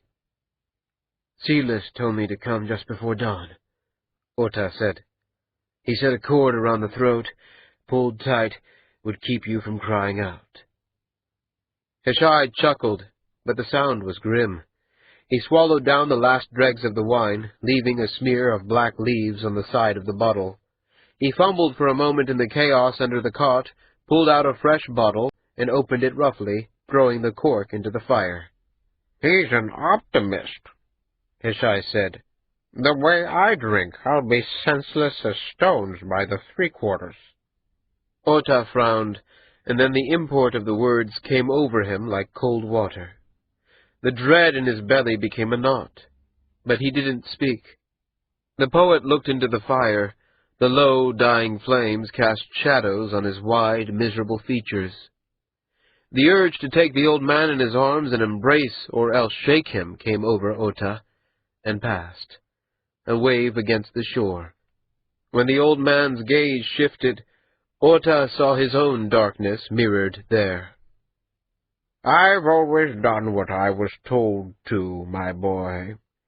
The rewards aren't what you'd expect. You aren't a killer. I'm a poet. If we're going to stop this thing, one of us has to change. I should go, Ota said, drawing himself up to his feet. Hishaikwo took a pose of farewell, intimate as family. Ota replied with something very much the same. There were tears, he saw, on Hishai's cheeks to match his own. You should lock the door behind me, Ota said. Later, Hishai said. I'll do it later, if I remember to. The fetid, chill air of the alley was like waking from a dream, or half-waking. Overhead the half-moon slipped through wisps and fingers of clouds, insubstantial as veils. He walked with his head held high, but though he was ashamed of them, he couldn't stanch the tears. From outside himself he could observe the sorrow and the black, tarry dread, different from fear because of its perfect certainty. He was becoming a murderer. He wondered how his brothers would manage this when the time came for them to turn on one another, how they would bring themselves with cool, clear minds to end another man's life. The comfort house of Amatya'an glowed in the night as the others of its species did, music and voices, the laughter of whores and the cursing of men at the tables. The wealth of the city poured through places like this in a tiny city in itself, given over entirely to pleasure and money. It wouldn't always be so, he knew. He stood in the street and drank in the sight, the smell, the golden light and brightly colored banners, the joy and the sorrow of it. Tomorrow, it would be part of a different city. The guard outside the back door recognized him. Grandmother wants to see you, the man said. Ota watched himself take a pose of acknowledgment and smile his charming smile. Do you know where I could find her? Up in her rooms with Wilson's girl. Ota gave his thanks and walked in. The common room wasn't empty. A handful of women sat at the tables, eating and talking among themselves. A black-haired girl, nearly naked, stood in the alcove, cupping her breasts in diaphanous silk with the air of a fish-seller wrapping cod. Ota considered the wide, rough-hewn stairs that led to Amatya'an's apartments, to Liat. The door at the top landing was closed. He turned away, scratching lightly on the door of the other room, the one he had seen Madge retreat to the one night he had been there, the one time they had spoken. The door pulled open just wide enough for the islander's face to appear. Her pale skin was flushed, her eyes bright and bloodshot. Ota leaned close. "Please," he said, "I need to speak with you." Madge's eyes narrowed, but a breath later she stepped back, and Ota pushed into the room, closing the door behind him. Madge stood, arms pulled back, chin jutting like a child ready for a fight. A single lantern sat on a desk, showing the cot, the handloom, the heap of robes waiting for the launderer. An empty wine bowl lay canted in the corner of wall and floor. She was drunk. Ota calculated that quickly, and found that it was likely a good thing. "Madge-cha," Ota said, "forgive me, but I need your help, and I think I may be of service to you." "I am living here," she said, "not working. I am not one of these girls. Get out." "No," Ota said, "that isn't what I mean. Madge, I can give you your vengeance now, tonight. The man who wields the Andat, the one who actually took the child from you, I can take you to him now." Madge frowned and shook her head slowly, her gaze locked on Ota. He spoke quickly and low, using simple words with as few poses as he could manage. He explained that the Galts had been Seedless's tools, that Hishai controlled Seedless, that Ota could take her to him if they left now, right now. He thought he saw her soften, something like hope in her expression.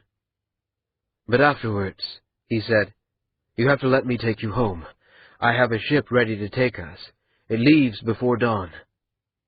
"I asked grandmother. Madge said, and moved toward the door. Ota shifted to block her. No, she can't know. She wants to stop the Gaults, not the poet. If you tell her, you have to go the way she goes.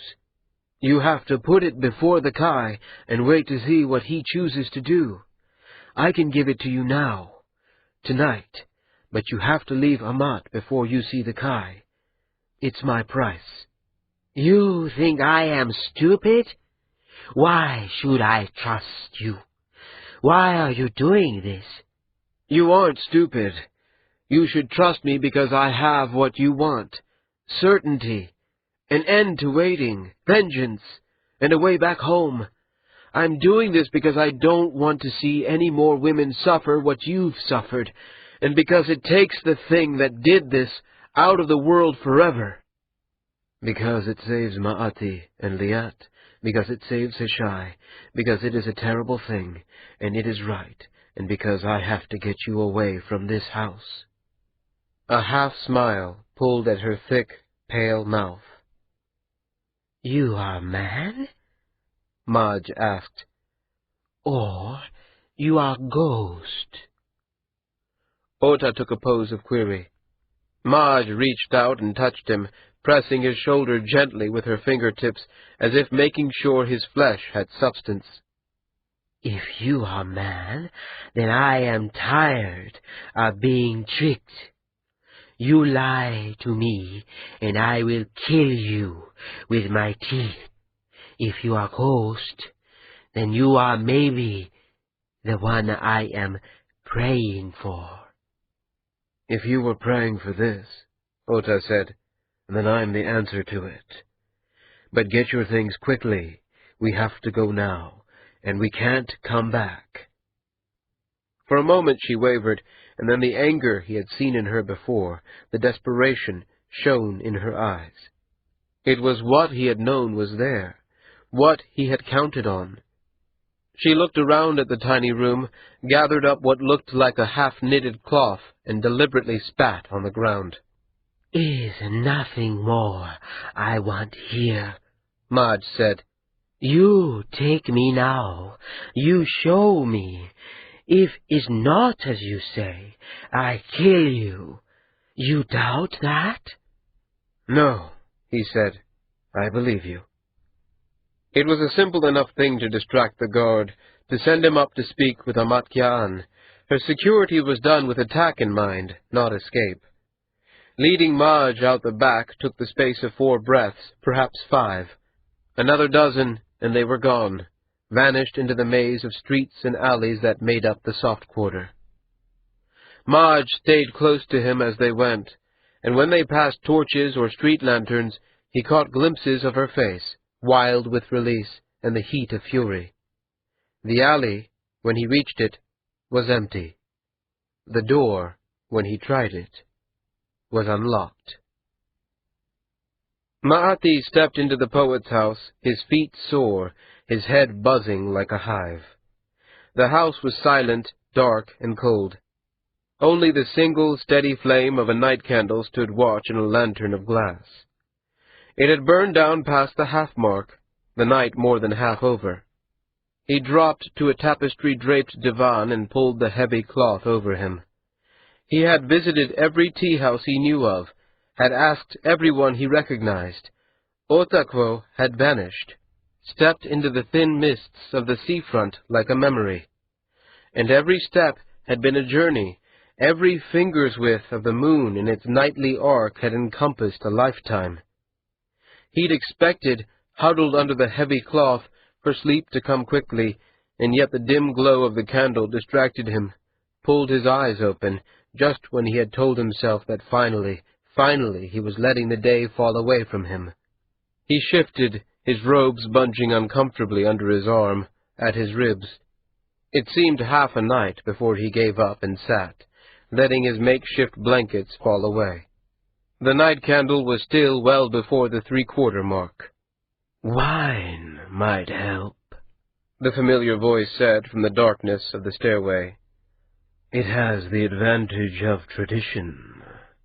Many's the night our noble poet slept beside a pool of his own puke. stinking of half-digested grapes. "Be quiet," Ma'ati said, but there was no force to his voice, no reserve left to fend off the attentions of the Ondat. Slowly, the perfect face and hands descended. He wore a robe of white, pale as his skin, a mourning robe. His demeanor, when he sat on the second stair, stretching out his legs and smiling, was the same as ever, amused and scheming and untrustworthy and sad. But perhaps there was something else, an underlying energy that Ma'ati didn't understand.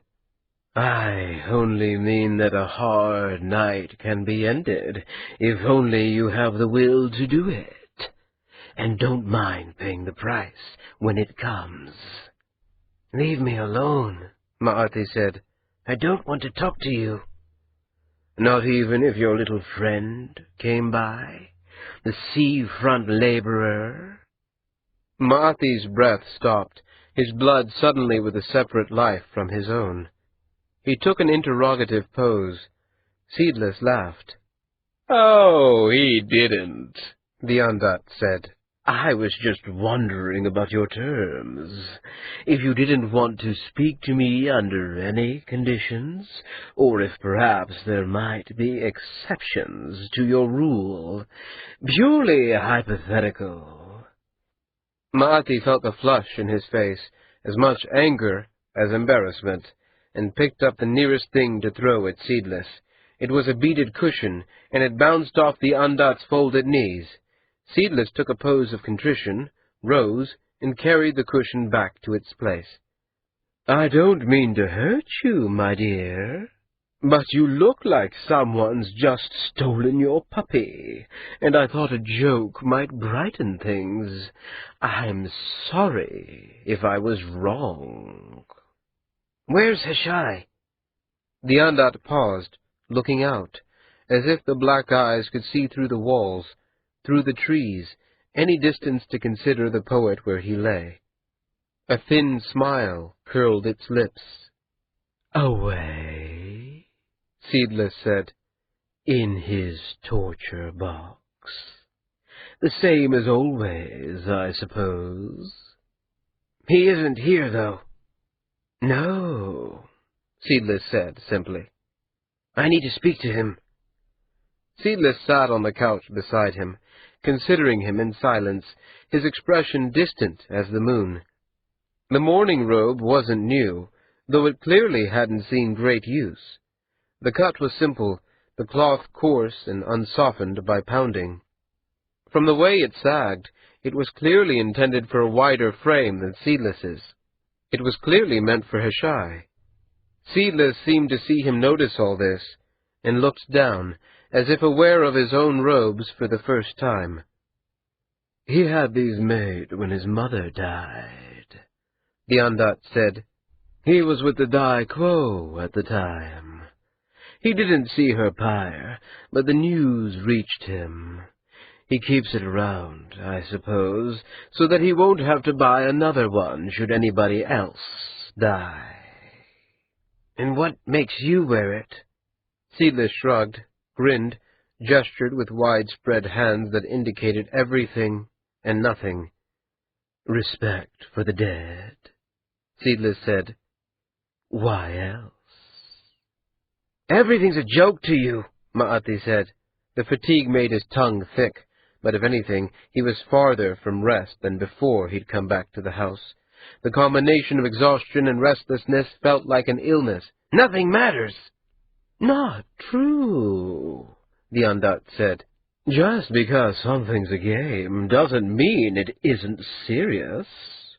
"Gods, is there something in the way Hishai Quo made you that keeps you from making sense? You're like talking to smoke." "I can speak to the point if you'd like," Seedless said. "Ask me what you want." "I don't have anything to ask you, and you don't have anything to teach me," Ma'ati said, rising. "I'm going to sleep. Tomorrow can't be worse than today was." "Possibility is a wide field, dear.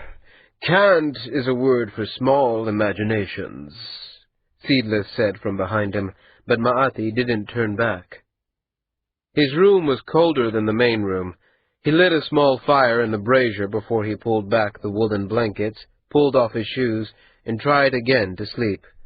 The errands of the day ran through his mind, unstoppable and chaotic. Liat's distress and the warmth of her flesh. Otakvo's last words to him and the searing remorse that they held. If only he could find him, if only he could speak with him again. Half awake, Maati began to catalogue for himself the places he had been in the night, searching for a corner he knew of but might have overlooked. And, as he pictured the night streets of Sareket, he found himself moving down them, knowing as he did that he was dreaming. Street and alley, square and court, until he was in places that were nowhere real in the city, searching for tea-houses that didn't truly exist other than within his own frustration and despair, and aware all the time that this was a dream, but was not sleep. He kicked off the blankets, desperate for some sense of freedom, but the little brazier wasn't equal to its work, and the cold soon brought him swimming back up into his full mind. He lay in the darkness and wept.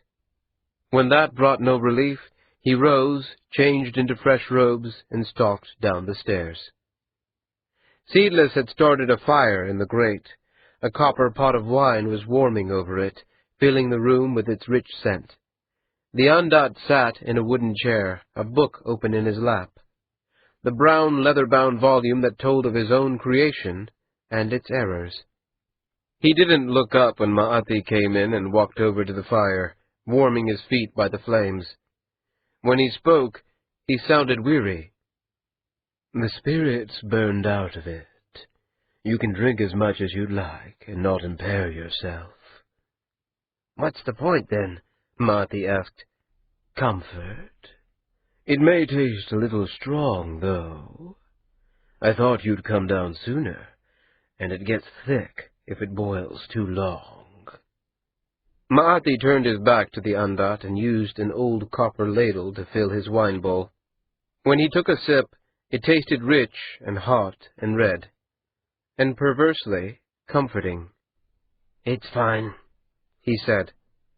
He heard the hush of paper upon paper as behind him Seedless closed the book.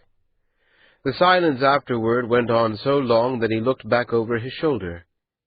The Andat sat motionless as a statue. Not even breath stirred the folds of his robe, and his face betrayed nothing. His ribs shifted an inch, taking in air, and he spoke. "What would you have said if you found him?" Maati shifted, sitting with his legs crossed, the warm bowl in his hands. He blew across it to cool it before he answered. "I have asked his forgiveness." "Would you have deserved it, do you think?" "I don't know. Possibly not. What I did was wrong." Seedless chuckled and leaned forward, lacing his long, graceful fingers together. "Of course it was," Seedless said. "Why would anyone ask forgiveness for something they'd done that was right? But tell me, since we're on the subject of judgment and clemency, why would you ask for something you don't deserve?" "You sound like Hishiko." "Of course I do. You're evading. If you don't like that question, leave it aside, and answer me this instead. Would you forgive me? What I did was wrong, and I know it. Would you do for me what you'd ask of him?" "Would you want me to?" "Yes," Seedless said, and his voice was strangely plaintive. It wasn't an emotion Maati had ever seen in the Andat before now. "Yes, I want to be forgiven." Maati sipped the wine, then shook his head. "You'd do it again, wouldn't you? If you could, you'd sacrifice anyone or anything to hurt Hishiko." "You think that?" "Yes." Seedless bowed his head until his hair tipped over his hands. "I suppose you're right." he said. Fine. Then this. Would you forgive Heshai Quo for his failings? As a teacher to you, as a poet in making something so dangerously flawed as myself?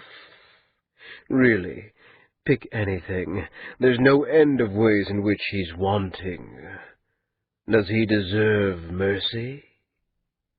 Perhaps, Ma'ati said. He didn't mean to do what he did. Ah! And because I planned, and he blundered, the child is more my wrong than his. Yes. Then you've forgotten again what we are to each other, he and I. But let that be. If your laborer friend, you called him Otakwo, by the way, you should be more careful of that. If Otakwo did something wrong, if he committed some crime, or helped someone else commit one, could you let that go? You know. How did you? I've known for weeks, dear. Don't let it worry you. I haven't told anyone. Answer the question. Would you hold his crimes against him, as you hold mine against me? No, I don't think I would. Who told you that Ota was... Seedless turned back and took a pose of triumph. And what's the difference between us, laborer and Ondat, that you'll brush his sins aside, and not my own? Ma'ati smiled. You aren't him, he said. And you love him. Ma'ati took a pose of affirmation. And love is more important than justice. Seedless said. Sometimes, yes. Seedless smiled and nodded. What a terrible thought, he said, that love and injustice should be married. Ma'ati shifted to a dismissive pose, and in reply the Ondat took the brown book back up, leafing through the handwritten pages as if looking for his place. Ma'ati closed his eyes and breathed in the fumes of the wine. He felt profoundly comfortable, like sleep, true sleep, coming on. He felt himself rocking slowly, involuntarily shifting in time with his pulse. A sense of disquiet roused him, and without opening his eyes again, he spoke. You mustn't tell anyone about Otakwo. If his family finds him, they won't, Seedless said. At least not through me. I don't believe you. This time you can. Heshai Quo did his best by you. Do you know that? For all his failings, and for all of mine, to the degree that our private war allowed it, we have taken care of you, and... The Ondat broke off. Ma'ati opened his eyes. The Ondat wasn't looking at him or the book, but out, to the south. It was as if his sight penetrated the walls, the trees, the distance, and took in some spectacle that held him. Ma'ati couldn't help following his gaze, but there was nothing but the rooms of the house. When he glanced back, the Ondat's expression was exultant. What is it? Ma'ati asked, a cold dread at his back. It's Otakwo, Seedless said. He's forgiven you. The single candle burned, marking the hours of the night. On the cot where Ota had left him, the poet slept, all color leached from his face by the dim light. The poet's mouth was open, his breath deep and regular. Madge, at his side, knelt, considering the sleeping man's face. Ota shut the door. Is him, Madge said, her voice low and tense. Is the one who does this to me, to my baby? Ota moved forward, careful not to rattle the bottles on the floor, not to make any sound that would wake the sleeper. "Yes," he said, "it is." Silently, Madge pulled a knife from her sleeve. It was a thin blade, long as her hand, but thinner than a finger. Ota touched her wrist and shook his head. "Quiet," he said. "It has to be quiet." "So how?" she asked. Ota fumbled for a moment in his own sleeve and drew out the cord. It was braided bamboo, thin and supple, but so strong it would have borne Ota's weight without snapping. Wooden grips at each end fit his fingers to keep it from cutting into his flesh when he pulled it tight. It was a thug's weapon. Ota saw it in his own hands as if from a distance. The dread in his belly had suffused through his body, through the world, and disconnected him from everything. He felt like a puppet, pulled by invisible strings. "I hold him," Madge said. "You do this." Ota looked at the sleeping man. There was no rage in him to carry him through, no hatred to justify it.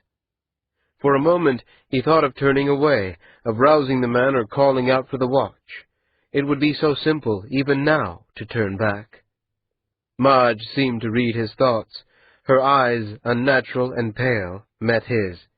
"You do this," she said again. He would walk onto the blade. "His legs," Ota said. "I'll worry about his arms, but you keep him from kicking free." Madge moved in so close to the cot, she seemed almost ready to crawl onto it with Hishai. Her hands flexed in the space above the bend of the poet's knees.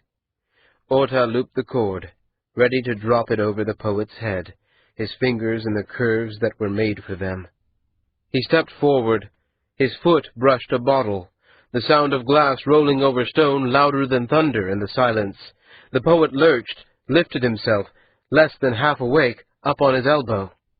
As if his body had been expecting it, Ota dropped the cord into place and pulled. He was dimly aware of the soft sounds of Madge struggling, pulling, holding the poet down. The poet's hands were at his throat now, fingers digging for the cord that had vanished almost into the flesh. Ota's hands and arms ached, and the broad muscles across his shoulders burned as he drew the cord as tight as his strength allowed. The poet's face was dark with blood, his wide lips black. Ota closed his eyes, but didn't loosen his grip. The struggle grew weaker. The flailing arms and clawing fingers became the soft slaps of a child, and then stopped. In the darkness behind his eyes, Ota still pulled, afraid that if he stopped too soon, it would all have to be done again. There was a wet sound and the smell of shit. His back nodded between his shoulder blades, but he counted a dozen breaths, and then a half-dozen more, before he looked up. Madge stood at the foot of the cot. Her robes were disarranged, and a bad bruise was already blooming on her cheek. Her expression was serene as a statue's. Ota released the cord, his fingers stiff. He kept his gaze high, not wanting to see the body. Not at any price. "It's done," he said, his voice shaky. "We should go." Madge said something, not to him, but to the corpse between them. Her words were flowing and lovely, and he didn't know what they meant.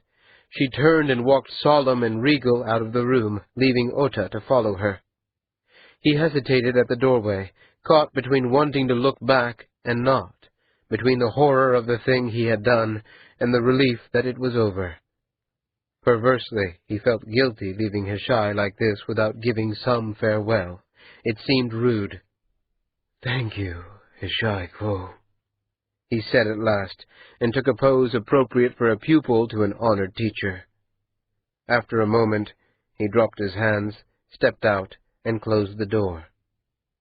The air of the alleyway was sharp and cold, rich with the threat of rain.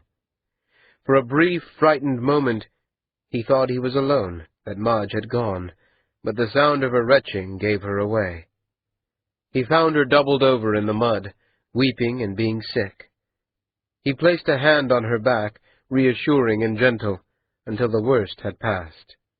When she rose, he brushed off what he could of the mess, and his arm around her, led her out from the alleyway, to the west and down, towards the seafront, and away at last from Quartet.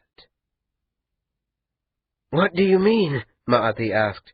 "How has Otaku—" And then he stopped, because, with a sound like a sigh, and a scent like rain, Seedless had vanished, and only the mourning robes remained. 20. Morning seemed like any other for nearly an hour, and then the news came. When Liat heard it humming through the comfort house, Madge gone, the poet killed, she ran to the palaces. She forgot her own safety, if there was safety to be had anywhere.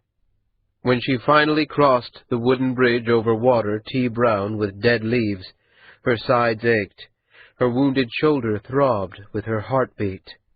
She didn't know what she would say. She didn't know how she would tell him. When she opened the door, she knew there was no need. The comfortable, finely appointed furniture was cast to the walls, the carpets pulled back.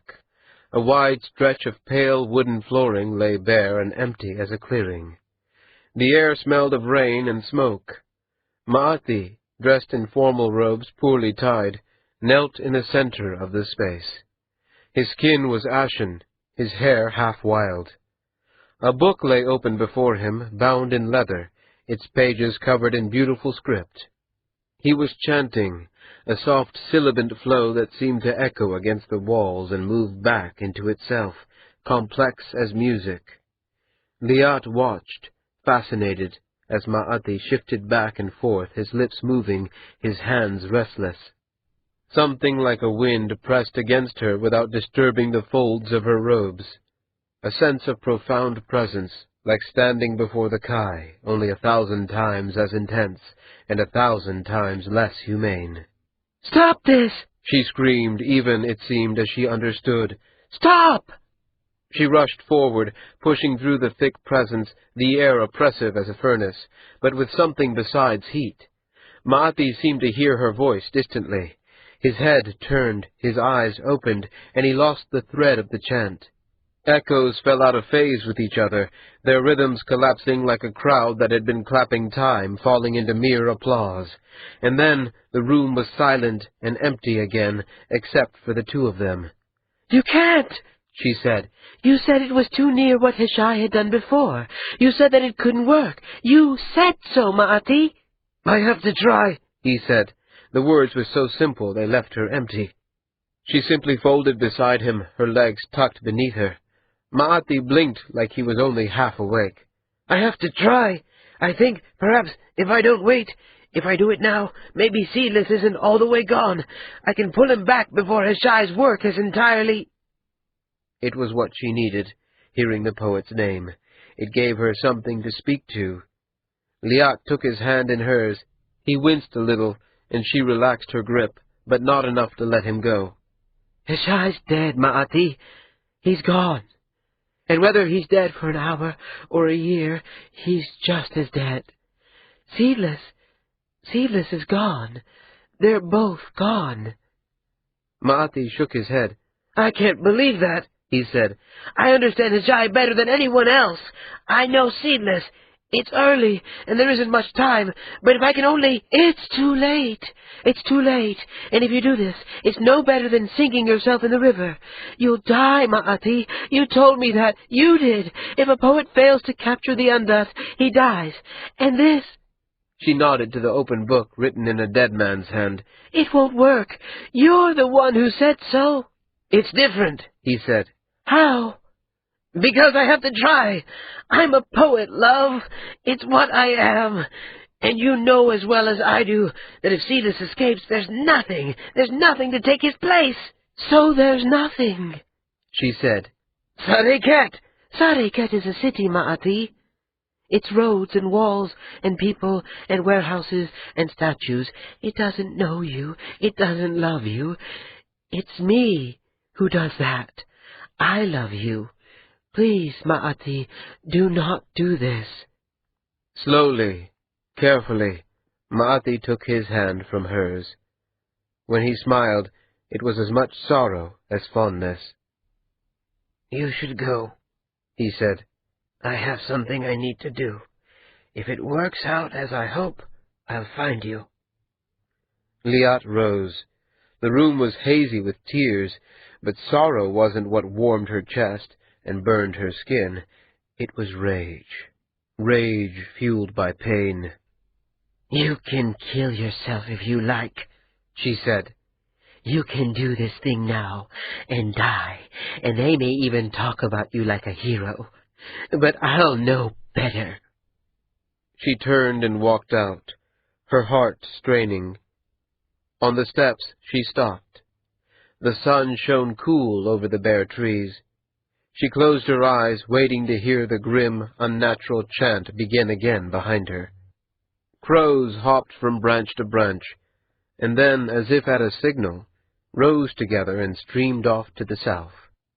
She stood for almost half a hand, the chill air pressing into her flesh. She wondered how long she could wait there. She wondered where Itani was now, and if he knew what had happened. If he would ever forgive her for loving more than one man. She chewed at the inside of her cheek until it hurt. Behind her, the door scraped open. Maati looked defeated. He was tucking the leather-bound book into his sleeve as he stepped out to her. "Well," he said, "I'll have to go back to the Daikwo and tell him I failed." She stepped close to him, resting her head against his shoulder. He was warm, or the day had cooled her even more than she'd thought. For a moment, she remembered the feeling of Itani's broad arms and the scent of his skin. "Thank you," she said. It was 3 weeks now since the poet had died. 3 weeks was too long, Amat knew, for a city to hold its breath. The tension was still there, the uncertainty, the fear. It showed in the faces of the men and women in the street, and in the way they held their bodies. Amat heard it in too loud laughter, and angry words of drunkards in the soft quarter streets. But the initial shock was fading. Time, suspended by the sudden change of losing the Andat, was moving forward again. And that, as much as anything, drew her out, away from the protection of the comfort house, and into the city. Her city. In the gray of winter fog, the streets were like memories. Here a familiar fountain emerged, took shape, and form, and weight. The dark green of the stone glistened in the carvings of ship and fish, eagle and archer. And then, as she passed, they faded, becoming at last a darkness behind her, and nothing more. She stopped at a stand by the seafront to buy a paper sack of roasted almonds, fresh from the cook fire and covered with raw sugar.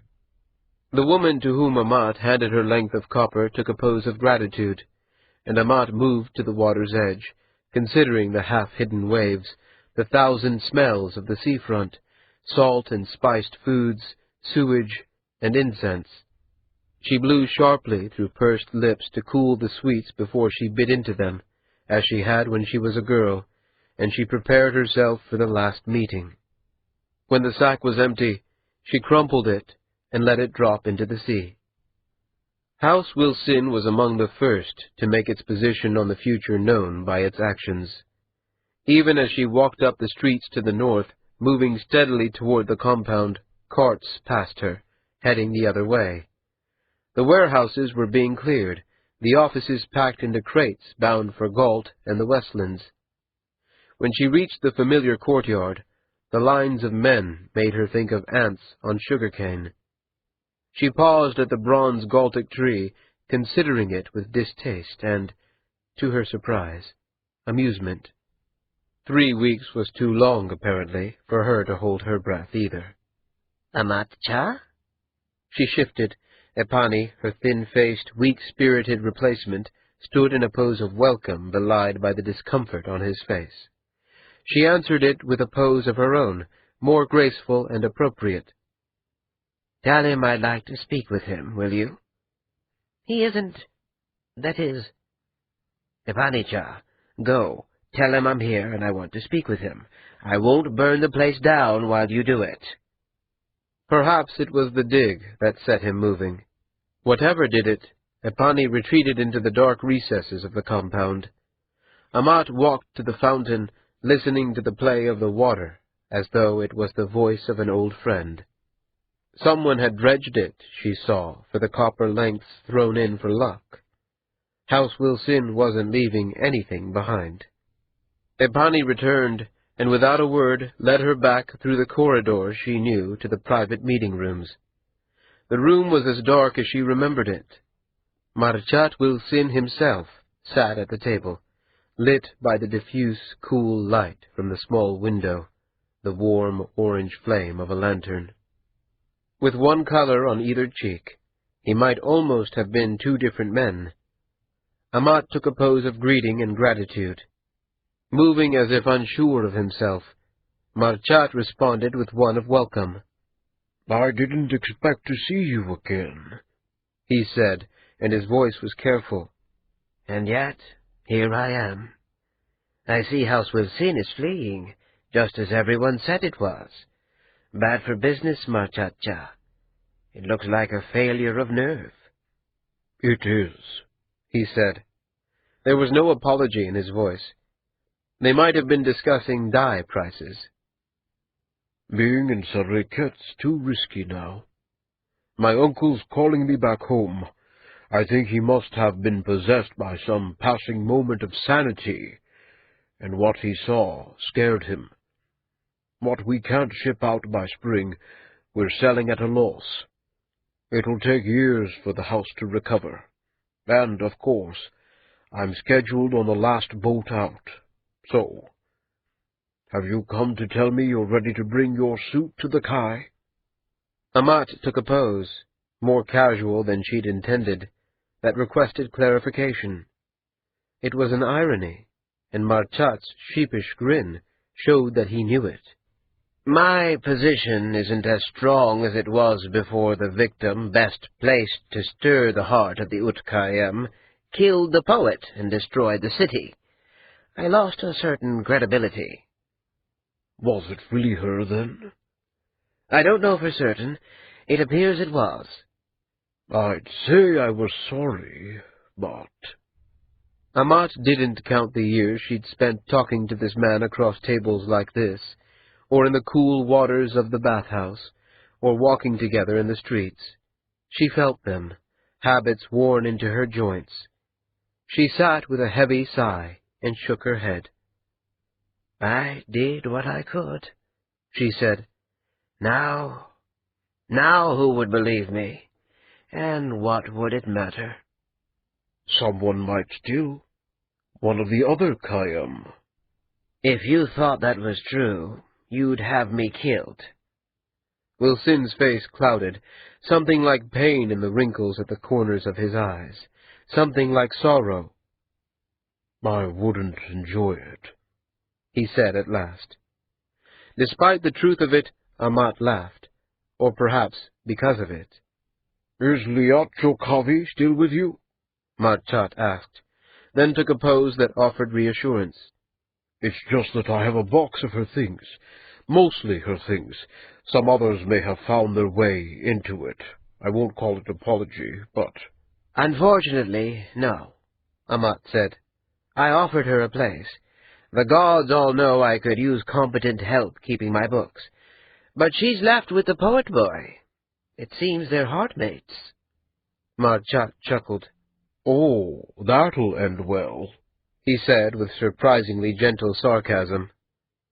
Tell Epani to bring us a pot of tea, Amat said. He can at least do something useful. Then there's business we need to talk through. Marchat did as she asked, and minutes later she cupped a small, lovely tea bowl in her hands, blowing across the steaming surface. Marchat poured a bowl for himself, but didn't drink it. Instead, he folded his hands together and rested his great, whiskered chin in them. The silence wasn't a ploy on his part, she could see that. He didn't know what to say. It made the game hers to start. "There's something I want of you," she said. "I'll do what I can," he said. "The warehouses on the Nantan. I want to rent them from Housewell Sin." He leaned back now, his head tilted like a dog hearing an unfamiliar sound. He took an interrogative pose. Amat sipped her tea, but it was still too hot. She put the bowl on the table. "With the Andat lost, I'm gathering investment in a comber's hall. I found 10 men who worked as combers when Petals Falling Open was still the Andat in Sareket. They're willing to act as foremen. The initial outlay and the first contracts are difficult. I have people who might be willing to invest if I can find space. They're worried that my relationship with my last employer ended poorly. Rent me the space, and I can address both issues at once." "But, Amat—" "I lost," she said. "I know it. You know it. I did what I could, and it got past me. Now I can either press the suit forward despite it all, raise what suspicions against Galt I can in the quarters who will listen to me at the cost of what credibility I have left, or else I can do this. Recreate myself as a legitimate business, organize the city, bind the wounds that can be bound, forge connections between people who think they're rivals. But I can't do both. I can't have people saying I'm an old woman frightened of shadows while I'm trying to make weavers and rope makers who have been undercutting each other for the last 3 generations shake hands." Chatwell Sin's eyebrows rose. She watched him considering her. The guilt and horror, the betrayals and threats fell away for a moment, and they were the players in the game of get and give that they had been at their best. It made Amat's heart feel bruised, but she kept it out of her face, as he kept his feelings from his. The lantern flame spat, shuddered, and stood back to True. "It won't work," he said at last. "They'll hold to all their traditional prejudices and alliances. They'll find ways to bite each other while they're shaking hands, making them feel loyal to each other and to the city. In the Westlands or Galt or the islands you might have a chance, but among the Kayam, it's doomed." "I'll accept failure when I've failed," Amat said. "Just remember I warned you. What's your offer for the warehouses?" 60 lengths of silver a year and 5/100th of the profit." "That's insultingly low, and you know it." "You haven't figured in that it will keep me from telling the world what the Galtic Council attempted in allying with Seedless against his poet. That by itself is a fair price, but we should keep up appearances, don't you think?" He thought about it. The tiny upturn of his lips, the barest of smiles, told her what she wanted to know. "And you really think you can make a going project of this? Combing raw cotton for its seeds isn't a pleasant job." "I have a steady stream of women looking to retire from one less pleasant than that," she said. "I think the 2 concerns will work quite nicely together." "And if I agree to this?" Marchat said, his voice suddenly softer, the game suddenly sliding out from its deep, worn track. "Does that mean you'll forgive me?" "I think we're past things like forgiveness," she said. "We're the servants of what we have to do. That's all." "I can live with that answer. All right, then. I'll have Hipani draw up the contracts. Should we take them to that warehouse of yours?" "Yes," Amat said. "That will do nicely." "Thank you, Marchat-cha." "It's the least I could do," he said, and drank at last from the bowl of cooling tea at his elbow. "And also likely the most I can. I don't imagine my uncle will understand it right off. Galtic business doesn't have quite the same subtlety you find with the Kayam." "It's because your culture hasn't finished licking off its call," Amat said. "Once you've had 1,000 years of empire, things may be different." Marchat's expression soured, and he poured himself more tea. Amat pushed her own bowl toward him, and he leaned forward to fill it. The steaming tea clinked against the porcelain. "There will be a war," Amat said at last, "between your people and mine. Eventually, there will be a war." Gault's a strange place. It's so long since I've been there, I don't know how well I'll fit once I'm back. We've done well by war. In the last generation, we've almost doubled our farmlands. There are places that rival the cities of the Khayyam, if you'll believe that. Only we do it with ruthlessness and bloody-minded determination. You'd have to be there, really, to understand it. It isn't what you people have here. Amat took an insistent pose, demanding an answer to her question. Marchat sighed, a long, slow sound. Yes, someday. Someday there will be a war, but not in our lifetimes. She shifted to a pose that was both acknowledgment and thanks. Marchat toyed with his tea-bowl. Amat, before you go, there's a letter I wrote you.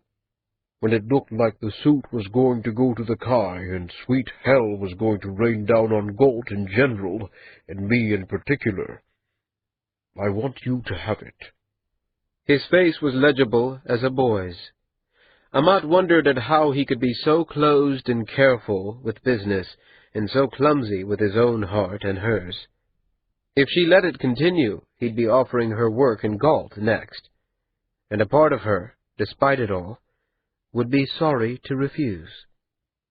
"Keep it for now," she said. "I'll take it from you later." When? He asked as she rose. She answered gently, making the words not an insult, but a moment of shared sorrow. There were, after all, 10,000 things that had been lost in this, and each of them real, even this. "After the war, perhaps. Give it to me then." Dreaming, Ota found himself in a public place, part street corner, part bathhouse, part warehouse. People milled about, at ease, their conversations a pleasant murmur. With a shock, Ota glimpsed Heshaikwo in the crowd, moving as if alive, speaking as if alive, but still dead. In the logic of sleep, that fleeting glimpse carried a weight of panic. Gasping for breath, Ota sat up, his eyes open and confused by the darkness.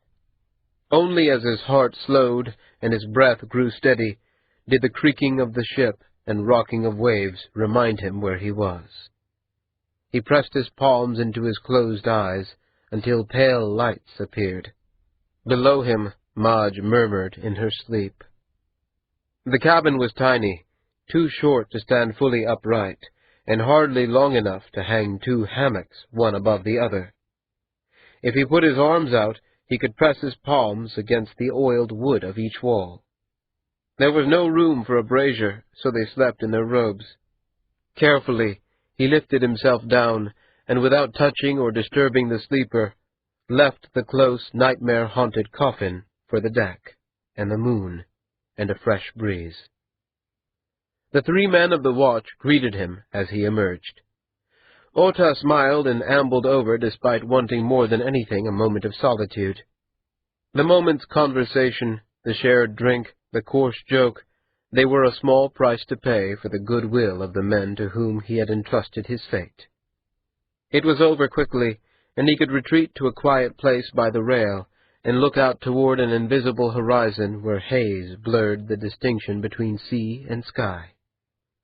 Ota sat, resting his arms on the worn wood, and waited for the wisps of dream to fade, as he had every night, as he expected he would for some time still to come. The changing of watch at the half-candle brought another handful of men, another moment of sociability. The curious glances and concern that Ota had seen during his first nights on deck were gone. The men had become accustomed to him. Ota would have guessed the night candle had nearly reached its 3/4 mark when she came out to join him, though the night sea sometimes did strange things to time. He might also have been staring at the dark ripples and broken moonlight for sunless weeks. Marge seemed almost to glow in the moonlight, her skin picking up the blue and the cold. She looked at the landless expanse of water with an almost proprietary air, unimpressed by vastness. Ota watched her find him, watched her walk to where he sat. Though Ota knew that at least one of the sailors on watch spoke Nipu, no one tried to speak with her. Marge lowered herself to the deck beside him, her legs crossed, her pale eyes almost colorless. "The dreams?" she said. Ota took a pose of acknowledgment. "If we had handloom, you should weave," she said. "Put your mind to something real. Is unreal things that eat you?" "I'll be fine," he said.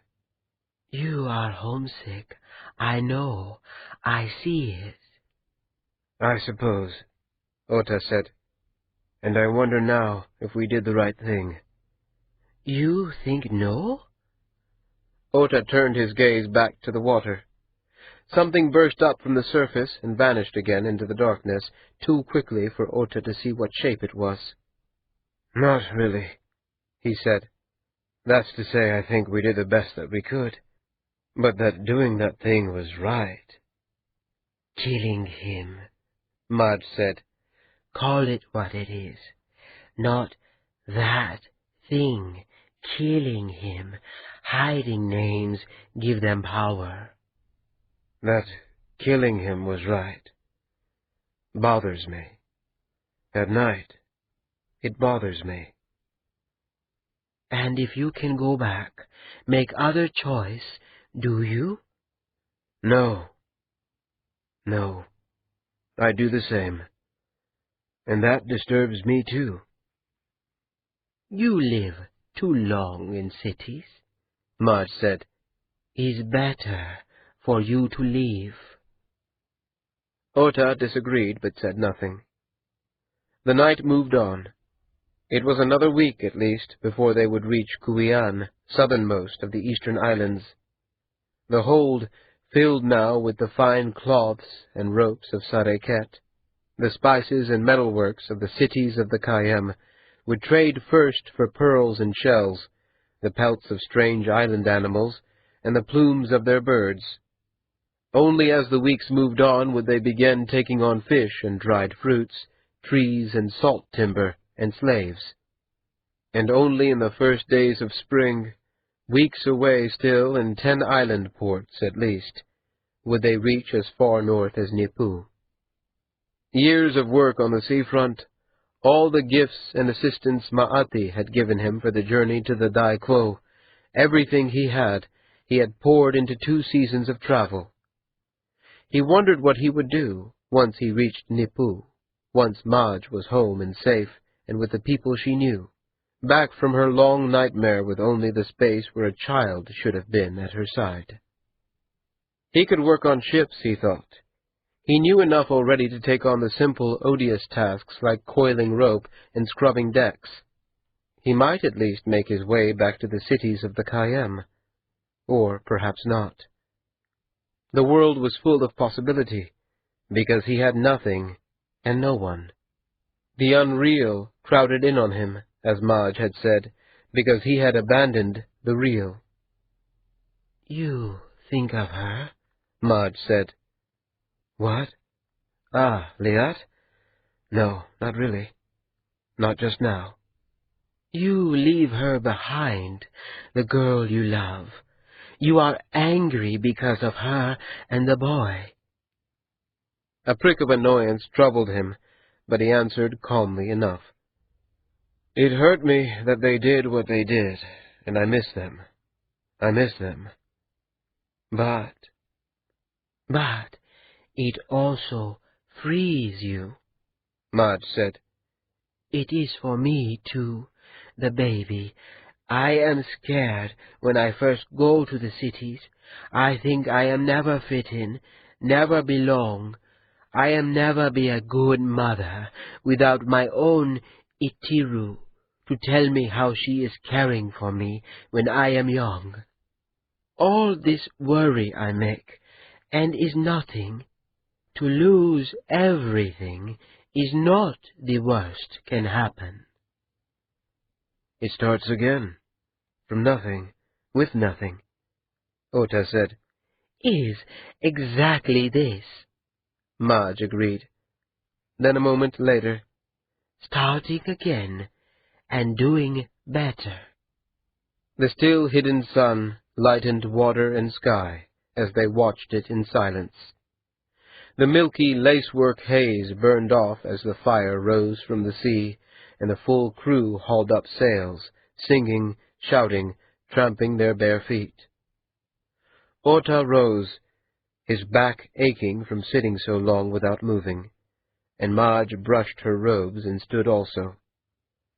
As the work of the day entered its full activity, he descended behind her into the darkness of their cabin, where he hoped he might cheat his conscience of a few hours' sleep. His thoughts still turned on the empty, open future before him, and on Sarayket behind him, a city still waking to the fact that it had fallen. This concludes A Shadow in Summer